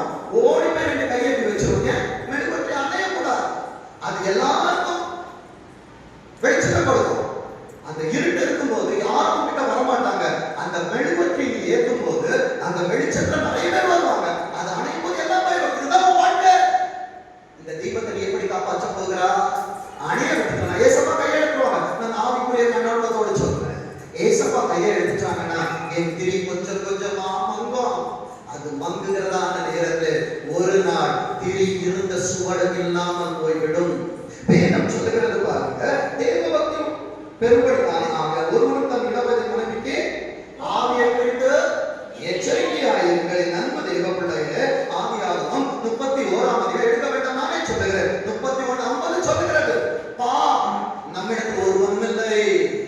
மிஸ்பா என்று பெயர் பெற்ற சாட்சியின் கூடாரத்தில் உட்கார்ந்து வார்த்தைகளை கேட்டுக் கொண்டிருக்கிற என் அன்பு திருச்சபையே, 49ஆம் வசனம் சொல்லுகிறது, என் குமார்த்திகளுக்கு நீ துரோகம் பண்ணாமல் வேறொரு பெண்களை நீ திருமணம் செய்யாதபடிக்கு தேவனே உனக்கும் எனக்கும் சாட்சியா இருக்கணும். இந்த சபைக்கு வந்துச்சானா நீ வெளியே உலகத்தோடு நீ திருமணம் செய்யக்கூடாது, உலகத்தின் ஆசைகளோடு திருமணம் செய்யக்கூடாது. பா கர்த்தரே உனக்கும் எனக்கும் சாட்சி. மிஸ்பாவில் உட்கார்ந்திருக்கிறாயே, சாட்சியானவர் உன்னிடத்தில் கணக்கு கேட்கிறார். என்ன பதிலை சொல்ல போகிறார்? வேதம் சொல்லுகிறது பாருங்க, 16வது வசனத்தை வாசிங்க. மல்கியா 2:14. தள்ளி விடுதலை, டைவர்ஸ். டைவர்ஸ் சச்சரவு. நான் டைவர்ஸ் பண்றேன், நான் சச்சரவு வெளியே போறேன். நீ என்னைக்கெல்லாம் மனசால நினைக்கிறாயோ ஆண்டவரை டைவர்ஸ் பண்ற. ஏசப்பா சொல்றாங்க, நான் சொல்லல, மறுபடியும் சொல்றேன், எனக்காக தயவு செய்து யாரும் சர்ச்சைக்கு வர வேண்டாம். வேதம் சொல்லுது, கர்த்தரை பார்க்கவாங்க, கர்த்தரை ஆராதிக்கவாங்க. வேதம் சொல்லுது, தள்ளி விடுதலை. யார் வருகிறார்? பரலோகம் வருகிறது. வேதத்தை தள்ளி வைக்கிறார், ஜெபத்தை தள்ளி வைக்கிறார், பரிசுத்தவான்களோடு இருக்கிற உறவை தள்ளி வைக்கிறார். கண்டிச்சா பிடிக்காது, நல்லது சொன்னா பிடிக்காது. என் அன்பு தேவ பிள்ளைய, ஏசப்பா சொல்றாங்க, தள்ளி விடுதலை நான் வெறுக்கிறேன் என்று இஸ்ரவேலின் தேவனாகிய கர்த்தர் சொல்கிறார். அப்படிப்பட்டவனுக்கு பரலோகம் கொடுக்கிற சர்டிபிகேட் கொடுமைதான். ஆனா வேதம் என்ன சொல்லுது? உன் தேவனாகிய கர்த்தர் நடுவில் இருக்கிறார், இனி தீங்கை காணாதிருப்பாய். ஆனால் நான் கொடுமையால் நிறைந்திருப்பேன் என்றால் நன்மை வராது. நன்மைக்கு தீமை செய்கிறவன் எவனோ அவன் வீட்டை விட்டு தீமை நீங்காது. திருச்சபைக்கு துரோகம் பண்ணுகிறாயா? உன் சொந்த குடும்பத்துக்கு துரோகம் பண்ணுகிறாயா? கர்த்தர் உனக்கு கொடுத்த தொழிலுக்கு துரோகம் பண்ணுகிறாயா? உன் பிள்ளைகளை தவிக்க வைத்திருக்கிறாயா? என் அன்பு தேவ பிள்ளையை, தள்ளி விடுதலை நான் அல்ல, பரலோகம் வெறுத்து கொண்டிருக்கிறார். வேதம் சொல்லுகிறது பாருங்க, அப்படிப்பட்டவன் கொடுமையினால். அப்ப நான் மூடி இருக்கிறது என்ன தெரியுமா? கர்த்தர் கொடுத்த பரிசுத்த வஸ்திரம் அல்ல. என்னை மூடும் என்று சொன்னதான பரிசுத்தம் என்னிடத்தில் இல்லை. வேதம் சொல்லுகிறது, தன் வஸ்திரத்தை மூடுகிறான் என்று சேனைகளின் கர்த்தர் சொல்லுகிறார்.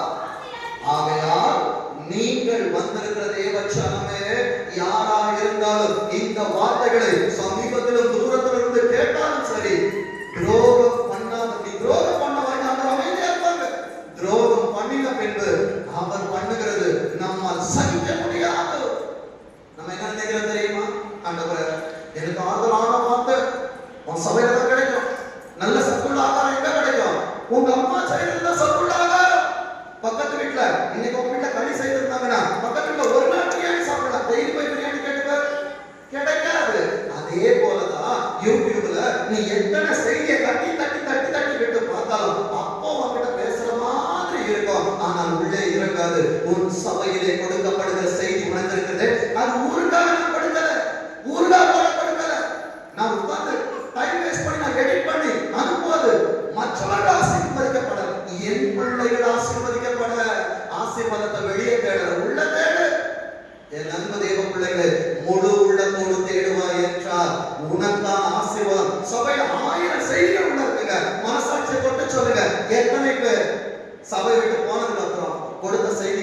எத்தனை பேர் பார்க்கிறோம்?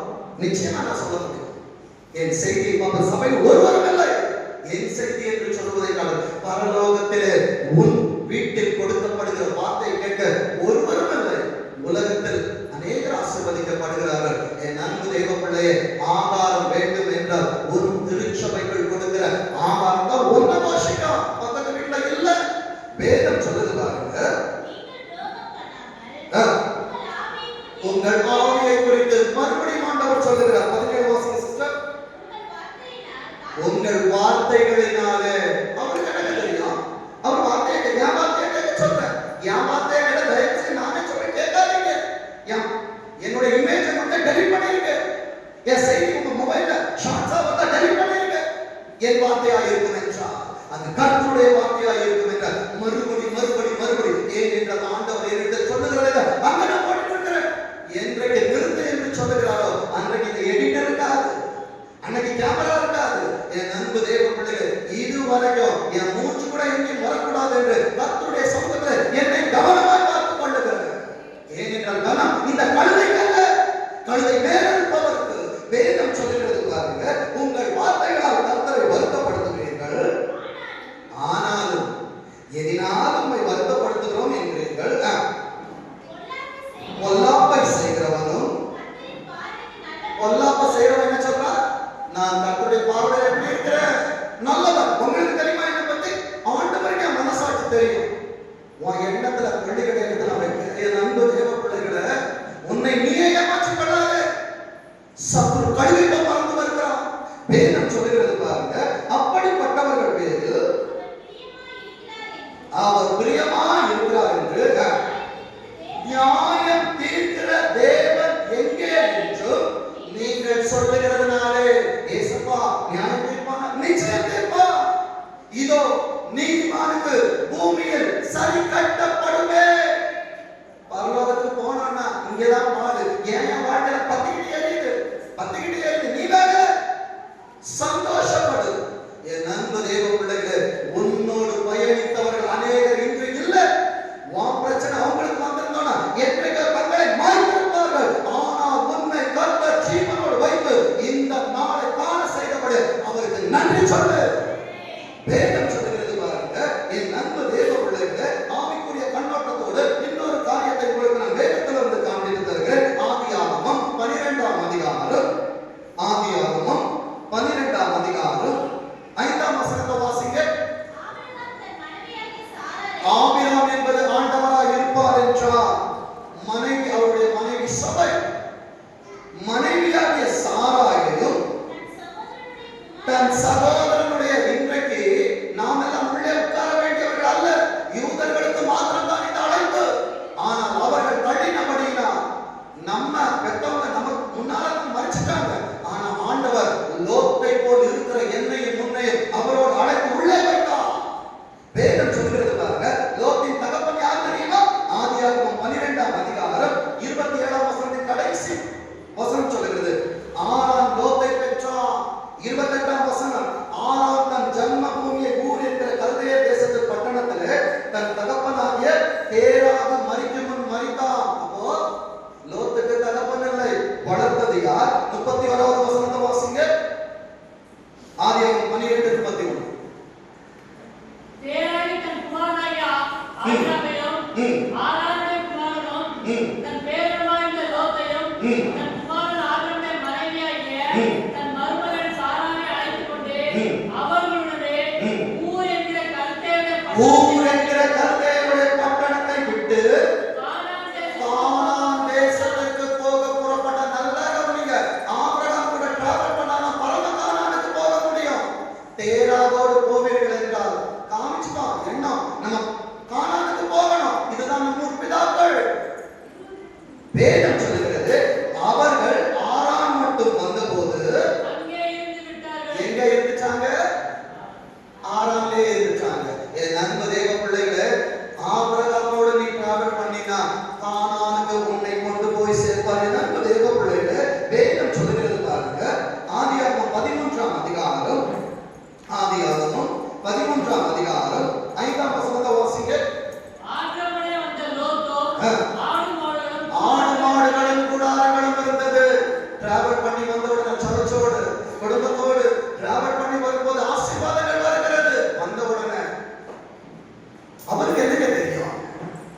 கேள்விகள் வருகிறது. ஆனால் ஆண்டவர் காண்பித்துக் கொடுக்க விரும்புகிறார். இரண்டாவது வசனத்தை வாசிங்க. ஆதியாகமம் 13:2 வாசிங்க.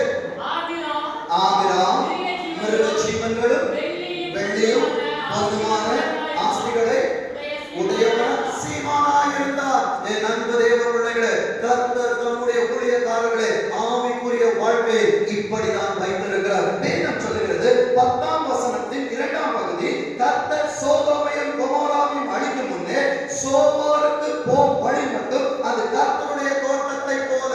நான் சபையை விட்டு என்றைக்கு வெளியே போக வேண்டும் என்று நினைக்கிறேனோ, நான் பண்ண வேண்டிய பிரயாணத்தை சத்துரு எனக்கு எப்படி காண்பிப்பான் என்றால் கர்த்தருடைய தோட்டத்தை போல் காண்பிப்பான். அவன் நோக்கம் நீ ஏதேனிலிருந்து வெளியே வர வேண்டும். ஏதேனிலிருந்து நீ வெளியே வரணும்னா இதுக்கு ஈக்குவலா, இதை விட பெருசா ஒரு பெரிய பின்பத்தை காட்டணும். ஏன் சர்ச் வரீங்க?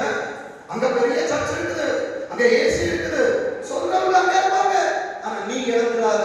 மறுபடியும் தீர்க்க தரிசனமாய் சொல்லுகிறேன், யாருக்கான வார்த்தை என்பது தெரியாது. என் அன்பு தேவ பிள்ளையே, கர்த்தர் உன்னை இங்கே அனுமதித்திருக்கிறார் என்றால் உன் தகப்பன் இறந்து போனபடியால், உனக்கு சத்தியங்கள் இல்லாதிருக்கிறபடியால் நீ தவித்து போகக்கூடாது என்பதற்காக இந்த சபையிலே ஆபிரகாமோடு கர்த்தர் உன்னை இணைத்தார்.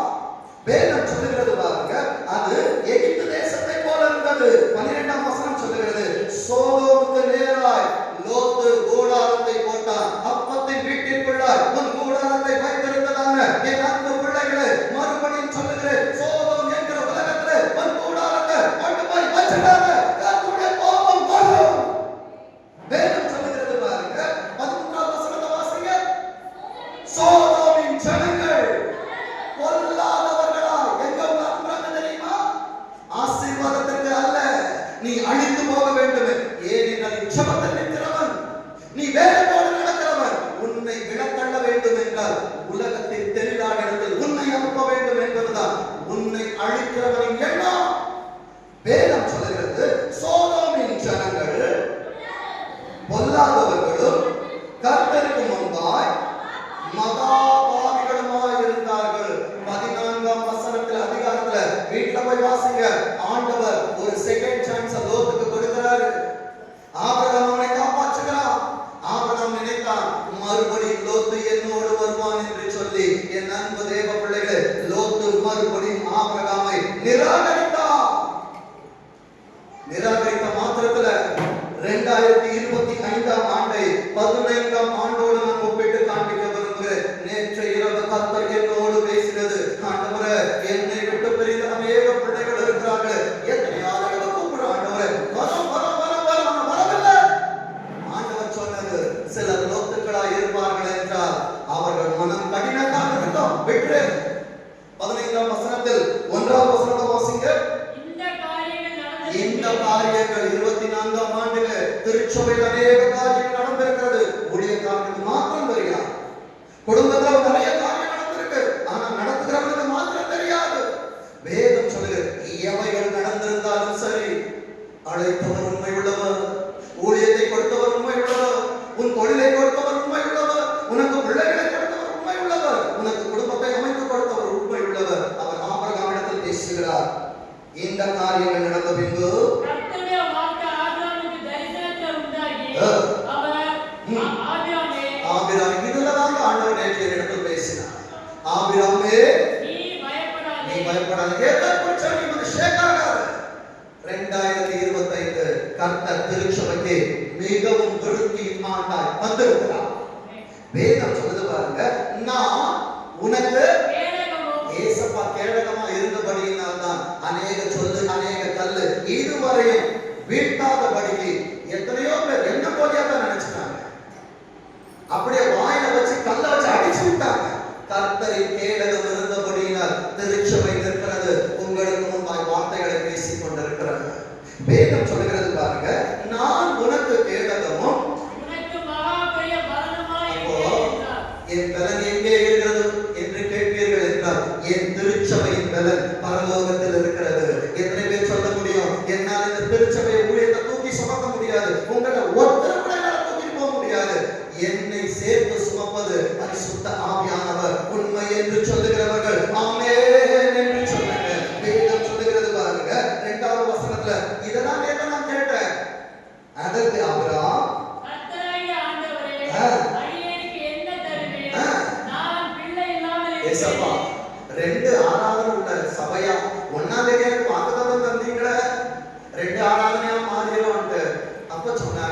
2 ஆராதனை அல்ல, உனக்கு 2 சபையை நான் உனக்கு கொடுத்து, அது உன் கண்ணுக்கு தெரியலையா? என் அன்பு தேவ பிள்ளைகளை, எங்களால் உண்டானதல்ல, உங்கள் ஜெபத்தினால் கர்த்தர் எங்களுக்கு ஈவாய் தந்தது. எத்தனை பேர் விசுவாசிக்கிறீங்க? என் அன்பு தேவ பிள்ளைய, நான் பிள்ளை இல்லாமல் இருக்கிறேன். தமஸ்கு ஊரானாகிய இந்த எலியேசர் என் சபைக்கு விசாரணை கர்த்தனாய் இருக்கிறார். ஏசப்பா, எனக்கு கொடுத்த பிள்ளைகள் என் பிள்ளைகளை போல லோகத்தை வளர்த்த இல்ல. ஏசப்பா சொன்னாங்க, எலியேசரை வச்சிருக்கிற. இந்த எலியேசரை நம்பி கர்த்தர் கொடுக்கிற பொறுப்பு என்ன தெரியுமா? உட்கார்ந்து இருக்கிற தேவ பிள்ளைகளை கர்த்தருடைய கண்களுக்குள்ள எலியேசராய் பார்த்து கொண்டிருக்கிறது. அநேக இடத்துல நிறைய கருகலான அநேகருக்கு தெரியாத காரியங்கள் கர்த்தர் என்னிடத்தில் பேச சொல்லுகிறவர்களோடு ஊழியத்தை குறித்து நான் பேசி இருக்கிறேன். வேதம் சொல்லுகிறது, ஆதியாகமம் 24ஆம் அதிகாரம் 1வது வசனம். இதைத்தான் ஆண்டவர் காண்பிச்சு கொடுத்தாங்க.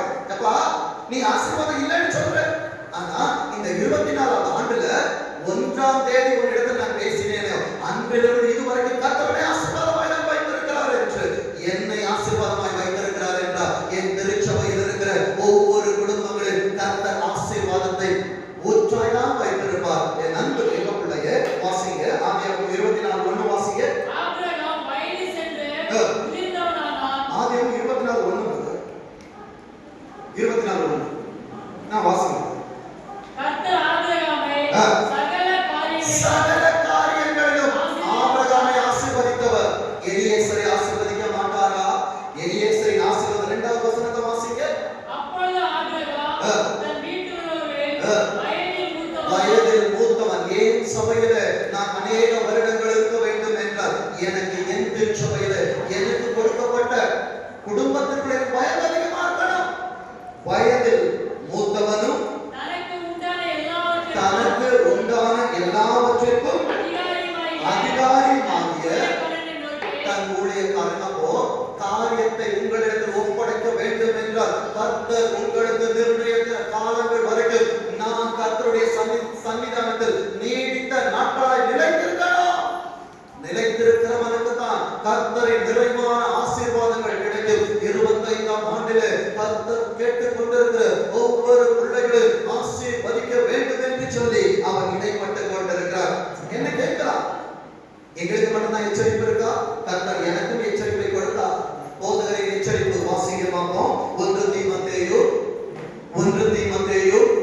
6ஆம் அதிகாரம் 1 தீமோத்தேயு 6ஆம் அதிகாரம் 2வது வசனத்தை வாசிக்க எனக்கு எச்சரிப்பு இருக்கு. 1 தீமோத்தேயு 6:2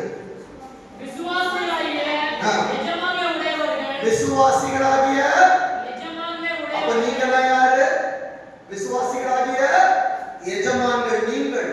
உங்களை உடையவன்னா என் அன்பு தேவ பிள்ளையே, விசுவாசிகளாகிய எஜமான்களை உடையவர்கள் தங்கள் எஜமான்கள் சகோதரர்களாய் இருக்கிறதினால அவர்களை அசட்டை பண்ணாமல் நல் வேலையின் பலனை பெற்றுக் கொள்ளுகிற அவர்கள் விசுவாசிகளும் பிரியமாய் இருக்கிறபடியால் அவர்களுக்கு அதிகமாய் ஊழியம் செய்ய கடவர்கள் இந்தபடியே போதித்து. அப்ப என்னுடைய வேலை என்ன தெரியுமா?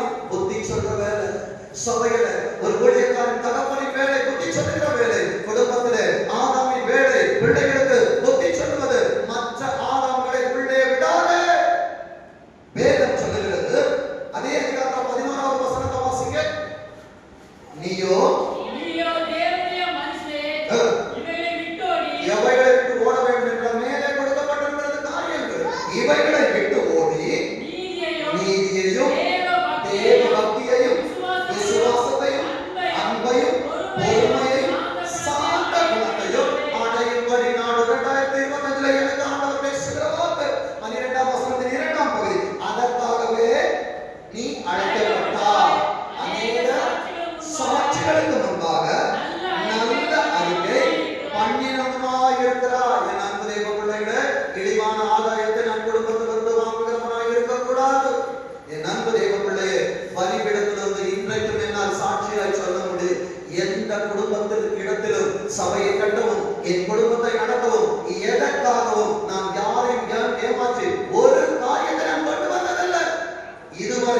கடனா யாரிடத்தில் வாங்கி இருப்பேன் என்றால் அவர் இதுவரை ஆண்டவர் கொடுக்க வச்சிருக்கிறார்.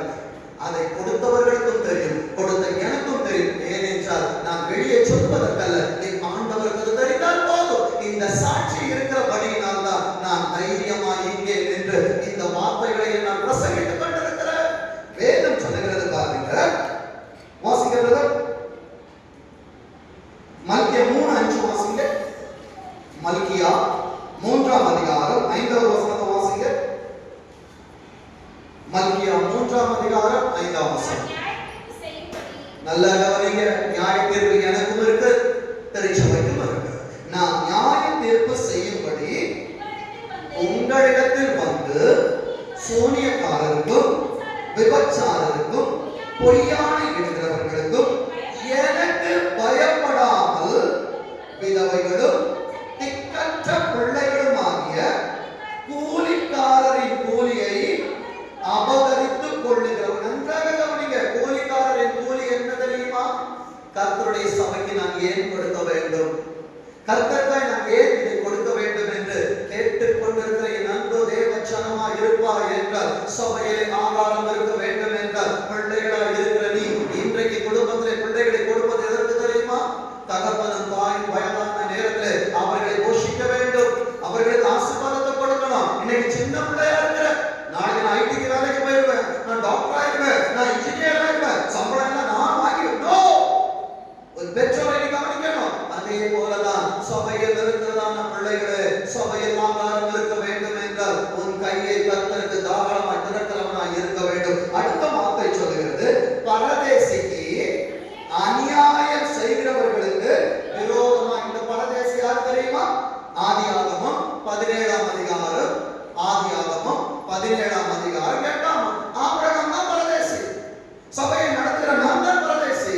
நான் சந்தோஷமா சொல்லுவேன், நான் பரதேசியா இருந்தால்தான் பரலோக வாசியாய் மாற முடியும். நான் பரதேசியா இருப்பேன் என்றால் என் பிள்ளைகளை நான் பரலோக வாசியாய் மாற்றுவதற்கா வேதம் சொல்கிறது. வாசிங்க பார்ப்போம். 17:8. நீ பரதேசியாய் தங்கி வருகிற, அதாவது உன் காலடி படுகிற இடங்கள். இன்னைக்கு பாஸ்டர் கிறிஸ்டி வர நம்ம பாஸ்டர் நாளைக்கு வாங்க, ஆசீர்வாதங்களை பார்க்க முடியல. உன் தொழில்களிலே ஆசீர்வாதங்களை பார்க்க முடியல. அநேக குடும்பங்கள் இன்றைக்கு ஊழியக்காரன் அழைப்பு இல்லை, கர்த்தர் உள்ளே வர முடியவில்லை. வேதம் சொல்லுகிறது, நீ பரதேசியாய் தங்கி வருகிற கானான் தேசம் முழுவதும். இந்த உலகம் கானான் தேசம் தான், என் குடும்பம் கானான் தேசம் தான், என் ஊழியம் கானான் தேசம் தான். பரம கானானுக்கு போக வேண்டும் என்றால் பரமனை நான் ஆராதிக்கிறவனாய் இருக்க வேண்டும். வேதம் சொல்லுகிறது, நீ பரதேசியாய் தங்கி வருகிற கானான் தேசம் முழுவதையும். நல்லா கவனிங்க. உனக்கு மாத்திரமல்ல, உன் பிள்ளைகளுக்கு கர்த்தர் சுதந்திரமாய் தருவார். சொல்லுகிறது யார் என்றால் மல்கியா 3ஆம் அதிகாரம் 6வது வசனத்தை வாசிங்க. சொல்லுவது நான் அல்ல, நான் கர்த்தர், நான் மாறாதவர். மனுஷன் போயிருமா, இன்னும் எத்தனை ஆண்டுகள் எனக்கு வைத்திருக்கிறாரோ நான் கடந்து போகணும். சபை இருக்கும், ஊழியர்கள் இருக்கும், ஆண்டவர் இருப்பார். வேதம் சொல்லுகிறது நான் மாறாதவர். ஆகையால் யாக்கோபின் புத்திரராய், இஸ்ரவேல் புத்திரராய் கிடையாது, ஏமாற்றுக்காரர்கள். நம்மை கர்த்தர் நல்லவர்களாய் படைத்தார். ஆகையால் யாக்கோபின் புத்திரராகிய நீங்கள் நிர்மூலமாகவில்லை. 7ஆம் வசனத்தின் கடைசி பகுதி, நாங்கள் எந்த விஷயத்திலும் திரும்ப வேண்டும் என்கிறீர்கள். 8ஆம் வசனத்தை வாசிங்க. எந்த விஷயத்துல நாங்க திருந்தணும்? ஆண்டவர் சொல்றாரு, வாசிங்க. தேவனை வஞ்சிக்கலாமா? எல்லாரும் பாஸ்டருக்கு காணிக்கை கொடுத்துட்டு பாஸ்டருக்கு அசமமாக கொடுத்துட்டு தயவு செய்து வேண்டாம். ஏசப்பாக்கு முழு மனதாய் கொடுக்க முடிந்தால் கொடுக்க, இடம் வேண்டாம். வேதம் சொல்லுகிறது, நீங்களோ என்னை வஞ்சித்தீர்கள். அடுத்த வார்த்தை, எதிலே உம்மை வஞ்சித்தோம் என்கிறீர்கள். தசம பாகத்திலும்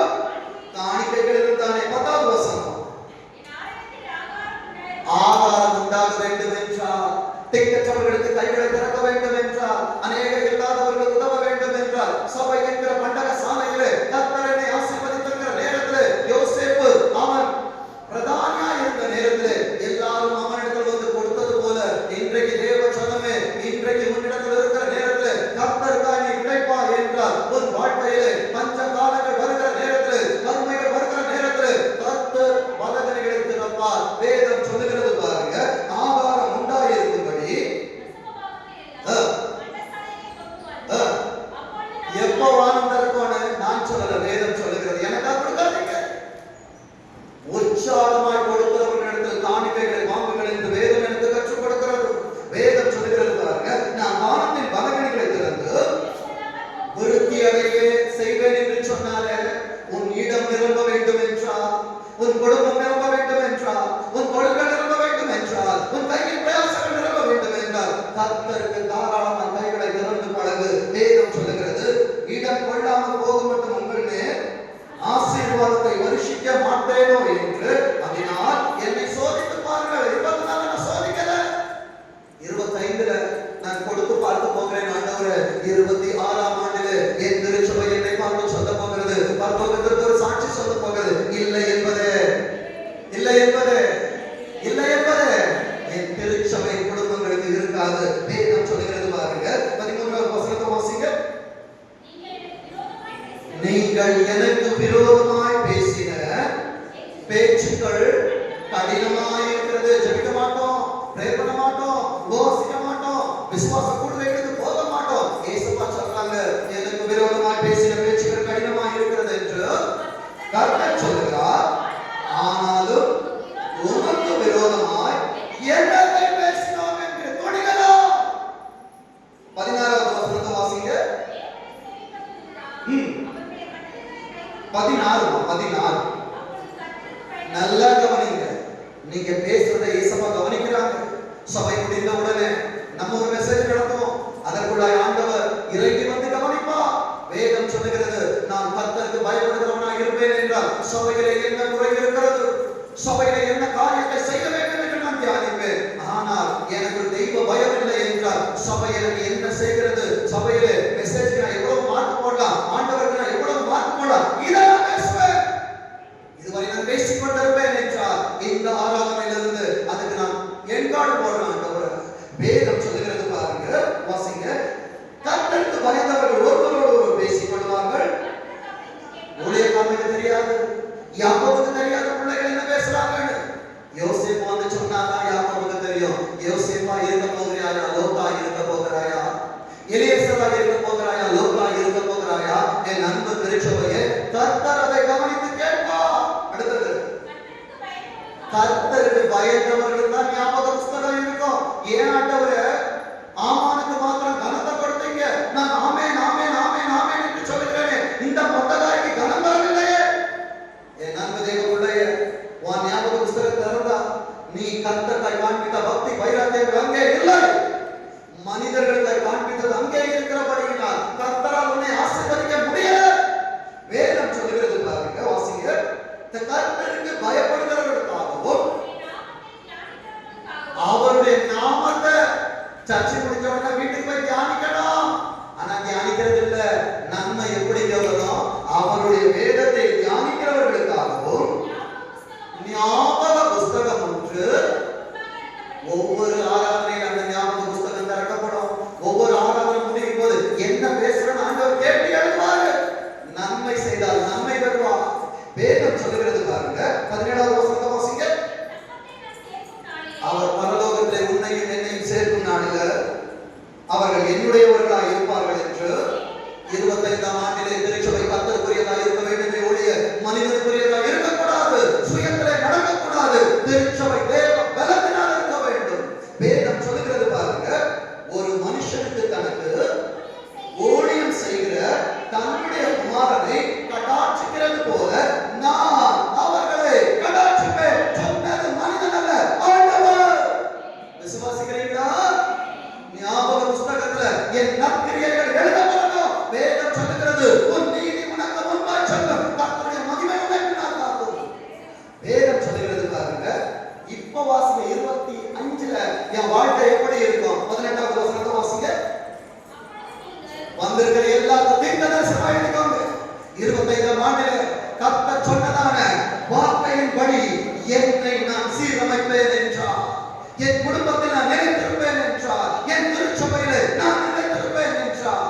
வேதம் சொல்லுகிறது, நீங்கள் நீதிமானுக்கும் துன்மார்க்கனுக்கும் தேவனுக்கு ஊழியம் செய்கிறவனுக்கும் அவருக்கு ஊழியம் செய்யாதிருக்கிறவனுக்கும் இருக்கிற வித்தியாசத்தை 2 2024 மாத்திர சபை பார்க்கல, ஊழியம் பார்த்துச்சு. 2 சபைக்கு ஆண்டவர் பரிவாரக்காரனாய் கர்த்தரை மாற்றினார். ஓடுனாங்க, சுகத்தை பார்க்கல, பிள்ளைகளை பார்க்கல, ஓடணும். உங்க ஜெபங்களை தாங்கினது ஊழியத்துக்கு கர்த்தர் 2 பரிவாரங்களை இந்த ஆண்டு தருவார் என்றால் ஏழுமே ஆசீர்வதிக்க முடியாது. ஊழியம் செய்துவார், கர்த்தருக்காய் நின்றுவார், ஊழியத்துக்கு தோள்படுத்துவார், சபைக்கு தோள்படுத்துவார், கர்த்தருக்காய் நின்றுவார். கர்த்தர் உங்களுக்கு கொடுக்கிற ஆசீர்வாதத்தை வந்திருக்கிற எல்லாரும் 24 நடக்கிற நான் ஊழியத்தை விட்டு போறேன், சமாதான ஏரியாவை போறேன். வேதம் சொல்லுது, வெளிப்படுத்தல் 2ஆம் அதிகாரம், வெளிப்படுத்தல் 2ஆம் அதிகாரம் 2வது வசனத்துல இருந்து 5வது வசனத்து வரைக்கும் வாசிங்க. ஏசப்பா நீ செய்யறது ஒவ்வொன்றையும் அறிஞ்சிருக்கிற சபையே, இது எபேசு சபைக்கு ஆண்டவர் சொன்னது. இந்த 2024 கடைசி ஆராதனையிலே இந்த திருவொற்றியூர் பகுதியில் இருக்கிற இந்த சபைக்கு ஆண்டவர் சொல்றார், என் அன்பு தேவ பிள்ளையே, இந்த ஆராதனை நீங்க நிற்க வேண்டியவன் அல்ல. அழைப்புகள் இருந்தது, போக வேண்டிய இடங்கள் உண்டு. ஆனால் கடைசி ஆராதனை என் பிள்ளைகளுக்கு நான் வார்த்தைகளை சுமக்க வேண்டும் என்று எல்லாருக்கும் நான் சொல்லிட்டு தான் இங்க நிற்கிறேன். ஆண்டவருடைய சமூகத்துல தாழ்மையோடு சொல்ல முடியும், என் பிள்ளைகளை வெறுமையோடு அனுப்புவதற்கு ஆண்டவருக்கு மனம் இல்லை. அவர் சொல்லுகிறார், உன் கிரியைகளை 2024 உன் குடும்பத்துக்காக நீ கண்ணீர் விட்டது, நீ கலர்ந்தது, நீ செய்தது, உன் திருச்சபைக்காய் நீ வைராக்கியமாய் நின்றது ஆண்டவர் அறிந்திருக்கிறார். உன் பிரயாசத்தையும் பொறுமையா இருந்துச்சு, இன்னும் கொஞ்சம் பொறுமையா 24 இன்னும் முடியல, ரசம் இன்னும் தீரலாம். கர்த்தருடைய கடத்தலை பார்க்கிறதுக்கு வேதம் சொல்லுது, உன் பொறுமையையும் நீ பொல்லாதவர்களை இதை நீ சகிக்க முடியாம இருக்கிற பாத்தியா, அதனாலதான் உனக்கு பிரச்சனை. நீ அவங்க ஃப்ரெண்டா இருந்ததுன்னா உனக்கு இந்த பிரச்சனை இல்லை. சத்தியத்துக்காய் நின்றான், சத்தியத்துக்காய் ஆண்டவருக்காய் நிற்கிறபடினா உலகம் உன்னை பகைக்கிறது. சந்தோஷமா மார்த்தட்டி சொல்லு, நான் ஏசப்பாக இன்னும் நிற்பேன். சொல்றீங்களா? எத்தனை பேர் சொல்ல முடியும்? உலகம் வேண்டாம், ஏசப்பாக நான் நிற்க போறேன். வேதம் சொல்றது பாருங்க, நீ பொல்லாதவர்களை சகிக்க கூடாமல் இருக்கிறதையும், ஊழியக்காரன் இல்லாதவன் யாருன்னு தெரிஞ்சுக்கோ. வேதம் எடுத்தவன் ஊழியக்காரன் இல்லை, வசனம் சொல்லாதவன் ஊழியக்காரனே கிடையாது. பிரதர் தாத்தவங்களை காமிச்சா, சிஸ்டர் உங்க வீட்டுக்கு வர சொன்னார், நோ, அவர்கள் ஒரு பேசுகிறவர் உன்னிடத்தில் பேசுவார். வேதம் சொல்லுகிறது, அப்போஸ்தலர்கள் அல்லாதவர்கள் தங்களை அப்போஸ்தலர் என்று சொல்லுகிறதை சோதிச்சிருக்கீங்களா? சோதிச்சிருக்கீங்களா? பைபிள் எடுத்துட்டு வந்துட்டா ஸ்தோத்திரம் பாஸ்டர் உள்ள வாங்க. எசேக்கியாவை போல வாங்கிட்ட பார்த்தவரா, வாங்கிட்ட பணம் இருந்தா கர்த்தர் உன்னை காண்பித்தா. 5000 கொடுங்க பிரதர், 25000 கொடுங்க பிரதர், 25 லட்சம் கொடுங்க பிரதர். நோ, என் அன்பு தேவ பிள்ளைகளே, சோதித்தறி. இந்த பகுத்தறிகிற அறிவு திருச்சபைக்கு உண்டாயிருக்கட்டும். வேதம் இருக்கிறதா, சத்தியம் இருக்கிறதா, அவர்கள் சொல்லுகிற வாழ்க்கையிலே உண்மை இருக்கிறதா, ஆவியானவர் உலாவுகிறவர் உன்னிடத்திலும் பேசுவார். என் அன்பு தேவ பிள்ளைய, வேதம் சொல்லுகிறது, அப்போஸ்தலர்கள் அல்லாதவர்களை அப்போஸ்தலர் என்று சொல்லுகிறதை நீ சோதித்து அவர்கள் பொய்யர் என்று கண்டறிது. நான் பொய்யன் என்று கண்டறிவாய் என்றால் என்ன? எனக்கு கடந்து போயிரு, தயவு செஞ்சு உன் ஆத்மாவை கெடுத்துறாத. நான் தப்பாய் போதிக்கிறவனாக இருப்பேன் என்றால், வேதத்தை காண்பிக்க மறுப்பேன் என்றால் எனக்கு கெட்டவன் சொல்லுங்க. வேதத்தோடு வருகிறவனை ஆதரிங்க, கதை பேச வருகிறவனுக்கு கெட்டவன் சொல்லுங்க. வேதம் சொல்லுகிறது, 3வது வசனத்தை வாசிங்க. இவ்வளவு நாள் சகிச்சுட்டு இனி சகிக்காத. கர்த்தருக்காய் எழுந்திருக்கிற நேரம், சாத்தானை மிதிக்கிற காலம், இனியும் காலம் செல்லாது. திருச்சபையிலே ஆண்டவர் களைகளை எடுத்துக் கொண்டிருக்கிறார். நல்ல நாற்றை ஆண்டவர் உள்ளே வைத்தால்தான் எதிர்காலம் நன்றாயிருக்கும். ஒரு நிமித்தமா எதிர்காலத்து பிள்ளைகள் வாழ்க்கை செய்வடைய கூடாது. அது நானா இருந்தாலும் சரி, கர்த்தர் என்னை கத்தரித்து போடுவார். வேதம் சொல்லுகிறது, நீ சகித்துக் கொண்டிருக்கிறதையும் பொறுமையாய் இருக்கிறதையும் ஏசப்பாவுடைய நாமத்துக்காக இளைப்பாராமல் இரு. என் அன்பு தேவ பிள்ளை, உலகத்துல பணம் வரல, உலகத்துல வீடு கட்டல, உலகத்துல கார் வாங்கல, உலகத்துல இதுக்காக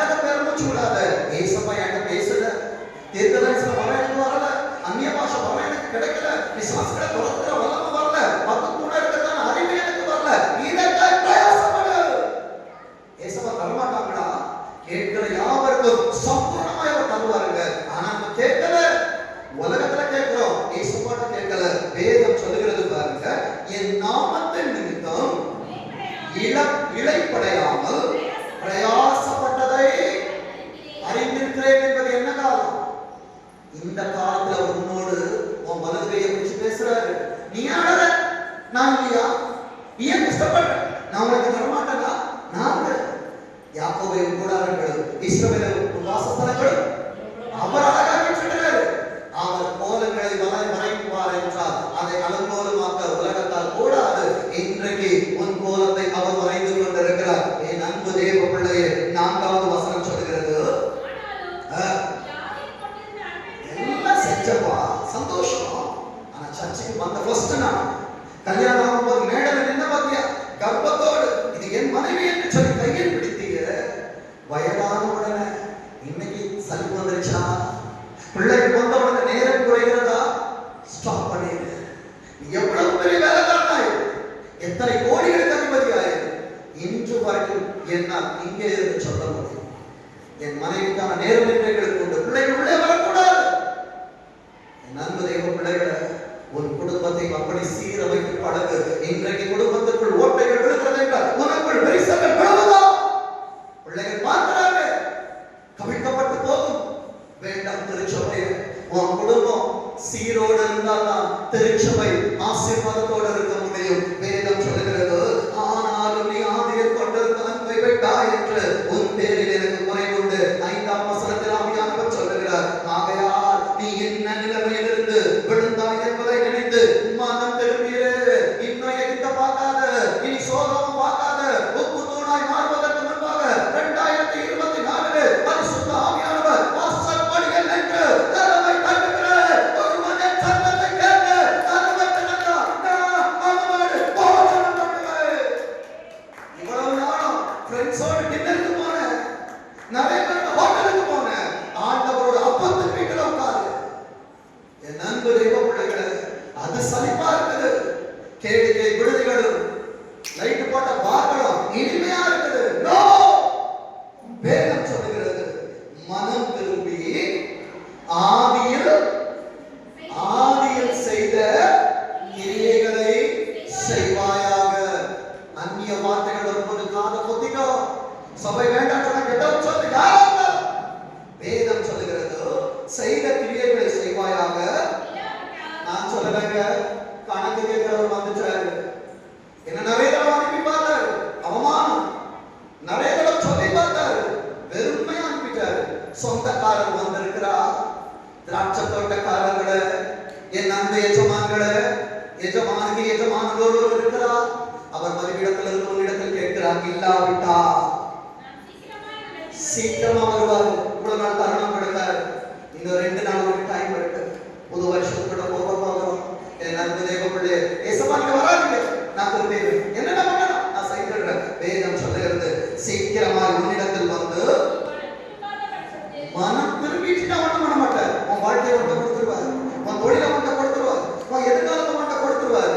கொடுக்காவிட்டால் முன் நிலைமையை காட்டிலும் பின் நிலைமை கேடுள்ளதாய் மாறும் என்பதை சொல்லிக் கொள்ளுகிற வேதம் சொல்லுகிறது. நீ மனம் திரும்பாத பட்சத்தில் உன் என்ன தண்டு விளக்கு மேல போன ஜெனரேஷன் இருந்தது, சிம்னி விளக்கு, விளக்கு எரிய மேல சிம்னி இருக்கும், தண்டை எடுத்துட்டா காத்து வந்து அணைஞ்சிடும். ஏசப்பாவுடைய பாதுகாவல், அவர் கையினால் என் நிழலினால் உன்னை மறைக்கிறேன் என்று சொன்னாரு. அந்த மறைவு உன்னிடத்தில் எடுபட்டு போகும் என்றால் திருச்சபையே, உன் தெய்வம் அணைந்து போகும். நீ இன்னும் எரிந்தால்தான் உன் பிள்ளைகளுக்கு பிரயோஜனப்படுவ.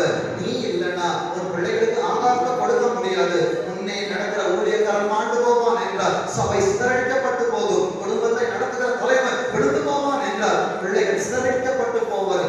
நினைத்துக்கொள், இந்த ஊழியக்காரனுக்காக, இந்த வேலைக்காரனுக்காய் உங்கள் ஜெபங்களில் ஒரே ஒரு ஸ்தோத்திரம் சொல்லுங்க. கர்த்தர் உங்களுக்காய் இன்னும் அநேக ஆண்டுகளை எங்களுக்கு கூட்டி தருவார். வேதம் சொல்லுகிறது பாருங்க, 7வது வசனத்தை வாசிக்க. யார் சொல்றது? யார் சொல்றது? நான் இல்லைங்க. இந்த செய்தி நான் இல்லை. இந்த செய்தி நான் டிக்கெட்ல போட்டுக்க வேண்டாம். ஆண்டவர் அவ்வளவு அழகா 5.5 மணி நேரம் என்ன உட்கார வச்சு போதிச்ச காரியங்கள் இருக்கு. வெளியே தேடாத வார்த்தைகளை, உள்ளே அநேக வார்த்தைகளை கர்த்தர் வைத்திருக்கிறார். வேதம் சொல்லுது, ஆவியானவர் சபைகளுக்கு சொல்லுகிறதை. இந்த சபை மாத்திரம் இல்ல, இன்னும் 25 ஆண்டவர் நிறைய சபையை கொடுப்பாரு. உள்ளே உட்கார்ந்துருக்கிறவங்களை யாரும் நான் விசுவாசிகளா பார்க்க கூடாதுங்க. என்னை போல அநேகருக்கு முன்பாய் புத்தி சொல்லுகிற தீமத்தை கூட என் அன்பு தேவ பிள்ளைகளே, உங்களுக்கு நான் புத்தி சொல்லிக் கொண்டிருக்கிற வேதம் சொல்லுகிறது. ஆவியானவர் சபைகளுக்கு சொல்லுகிறது,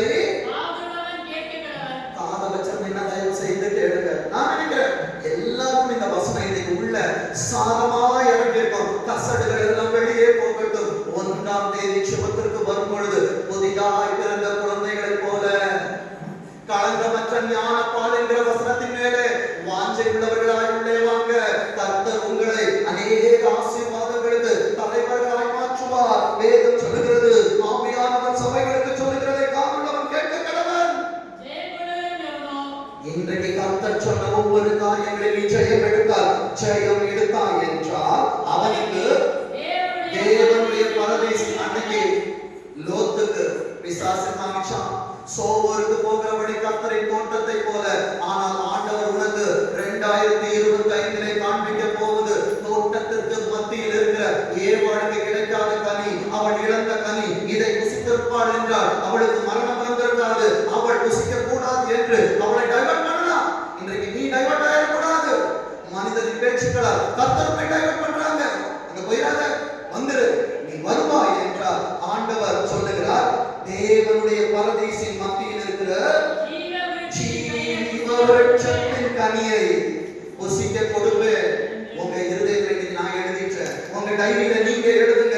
என் அன்பு தேவ பிள்ளையே, இதுதான் கர்த்தர் எனக்கு கொடுத்த ஏடு, இதற்குள்ளாக தான் கர்த்தர் எனக்கானதை வைத்திருக்கிறார். வெளியே போவேன் என்றால் நான் தோட்டத்திலிருந்து புறப்படுவேன். கர்த்தர் எனக்கு கொடுத்த சமயத்தை, கர்த்தர் எனக்கு கொடுத்த குடும்பத்தை விட்டு ஓட மாட்டேன். நான் அவரை விட்டு பிரிய மாட்டேன். ஆனா கொஞ்ச நேரம் வெளியே போக முடியும். சர்வம் தேவர்கள் ஊழியக்காரன் கொஞ்சம் சுந்தரியா அநேக சர்வத்தின் வார்த்தைகள் உள்ளே வந்தது. என் அன்பு தேவர்களே, என் அன்பு ஐயாக்களே, அதிதான வரத்தை கேட்டீங்க. இந்த ஆராதனையிலே பரலோகம் ஏற்படுவதற்கு முன்பாய் சார்ப கோமலை இறங்குது. கண்களை மூடி சொல்லுங்க, ஆண்டவரே, கர்த்தருடைய கரம் நிறைவாய் இருப்பது என்னால் உணர முடியுது. கர்த்தருடைய அபிஷேகம், கர்த்தருடைய அபிஷேகம். அக்கினி துண்டங்களா, அக்கினி துண்டங்களா, அக்கினி துண்டங்களா. வெற்றிப்பாடு, சபையாடு, மௌனமாட்டாது. வெற்றிப்பாடு, சார்ப, கர்த்தரின் சார்ப. இந்த சார்பை கொண்டுதான் முறுக்கி யோர்தான் அடிக்க போற, 28 அடிக்க போற, 25 கடக்க போற. எலியாவை காட்டிலும் எலிசா செய்வது இரட்டத்தனையான அற்புதம். வலது கரத்தை உயர்த்தி சொல்லுங்க, இதிலும் 2024 2025 பெரிதானவைகளை காண போகிற, பெரிதானவைகளை காண போகிற சொல்லுகிறவர் பெரியவர், பெரியவர். உலகத்தில் இருப்பவரிலும் உன்னோடு பேசுகிறவர் பெரியவர். வானம் வழியும் பூமி வழியும், ஆனால் இந்த வார்த்தை ஒழியாது. என்னால் சவாலாய் சொல்ல முடியும், கர்த்தர் இந்த கிரியை வருகிற ஆண்டு நடப்பிக்காவிட்டால் ஊழியத்தை விட்டு நாம் போகிறேன். இல்லை, கர்த்தர் எடுத்துக் கொள்ளுவார். என் அன்பு தேவ பிள்ளையே, கண்ணீரோடு கர்த்தருடைய வார்த்தையை சுமந்து முன்வாங்க. உதாசீனப்படுத்தலாம்.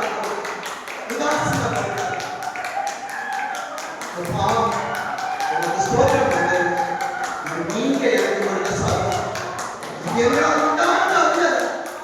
உலகத்துல எங்கேயோ இருந்தோம், எத்தனையோ போராட்டம் எரிந்தது. ஆனால் நான் அழிந்து போகவில்லை. தீயை கடந்தோம், தண்ணீரை கடந்து வந்தோம், மனிதர்களை தலையிட்டு ஏறி போக பண்ணினீங்க. ஆனாலும் எங்களை விசாலமான இடத்திலே கொண்டு வந்து விட்டீங்கப்பா. இது எனக்கான சபை. அநேக ஏழைகளை எனக்கு எத்தனை பேர் காண்பித்தார். கர்த்தர் கொடுத்தது எனக்கு போதும். நோவாவை போல என் குடும்பத்தை நான் பாதுகாப்பா. என் பிள்ளைகளை உள்ள வச்சு நான் கதவை பூட்டிடுவேன். யாருடைய சத்தத்துக்கு நான் விட மாட்டேன். என் திருச்சபைக்கு நான் இருக்கிறேன். எத்தனை பேருக்கு உத்தரவாதம் பண்ண போறீங்க? நான் கண்களை மூடி நான் இருக்கிறேன். யாரையும் பார்க்க மாட்டேன், பக்கத்தில் பார்க்காதீங்க. கர்த்தர் உனக்கு கொடுத்த திருச்சபை இதுவா இருக்கும் என்றால் பலவிதத்தை உயர்த்தி சொல்றேன். நான் உத்தரவாதம் பண்ணுகிறேன். நான் எலியேசரா இருக்கிறேன். என்னை என் ஊழியக்காரர் நம்பினபடி ஊழியத்தின் அநேக காரியங்களை என்னோடு பேசுகிறேன். என் மேல் அளவு கடந்த நம்பிக்கை உண்டு. என்னை கொண்டு எதிர்காலத்தின் தரிசனங்களை கொடுத்துருக்கீங்கப்பா. நான் இருக்கிறேன் ஆண்டவரே. வருகிற ஆண்டுல இன்னும் சபை பெருகும், குடும்பங்கள் விருத்தியாகும். அநேக கரங்களை பார்க்க முடியாத என் அன்பு தேவ பிள்ளையே, பேசுகிறது ஆவியானவர் என்றார். வலக்கரத்தை உயர்த்திடு. இனி காலம் செல்லாது. என்னுடைய ஆவி இனி போராடாது. இதுவே அதுக்கிற காலம். இதுவே அதுக்கிற காலம். இனி காலம் செல்லாது.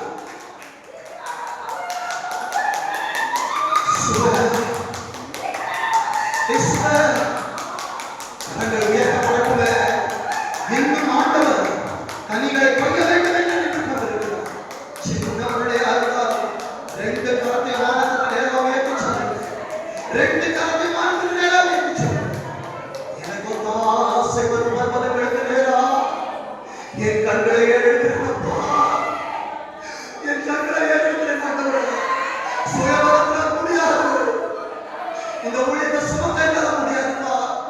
உங்க கையில கொடுத்துட்டப்பா, உங்க கையில கொடுத்துடப்பா. இனிமே நான் சுமக்க தரவில்லப்பா, நீங்க தூக்கி செல்லுங்கப்பா. ஆகாப்புக்கு முன்பாக ஓட வேண்டும் என்றார், ரதங்களுக்கு முன்பாக ஓட பலம் வேண்டும் என்றவர். உங்க கரத்தை தாங்கப்பா, உங்க கரத்தை தாங்கப்பா. கண்ணீரோடு திரும்ப கேட்க போறீங்க, ரதம் வேண்டாம்ப்பா, ரதம் வேண்டாம். உங்க கரத்தை தாங்கப்பா, உங்க கரம் வரணும், உங்க கரம் வரணும். 25 மோசேயின் கரம் அசந்து போகிற நேரத்துல இந்த கரம் மோசேயை தாங்கட்டுமே, இந்த கரம் மோசேயை தாங்கட்டுமே.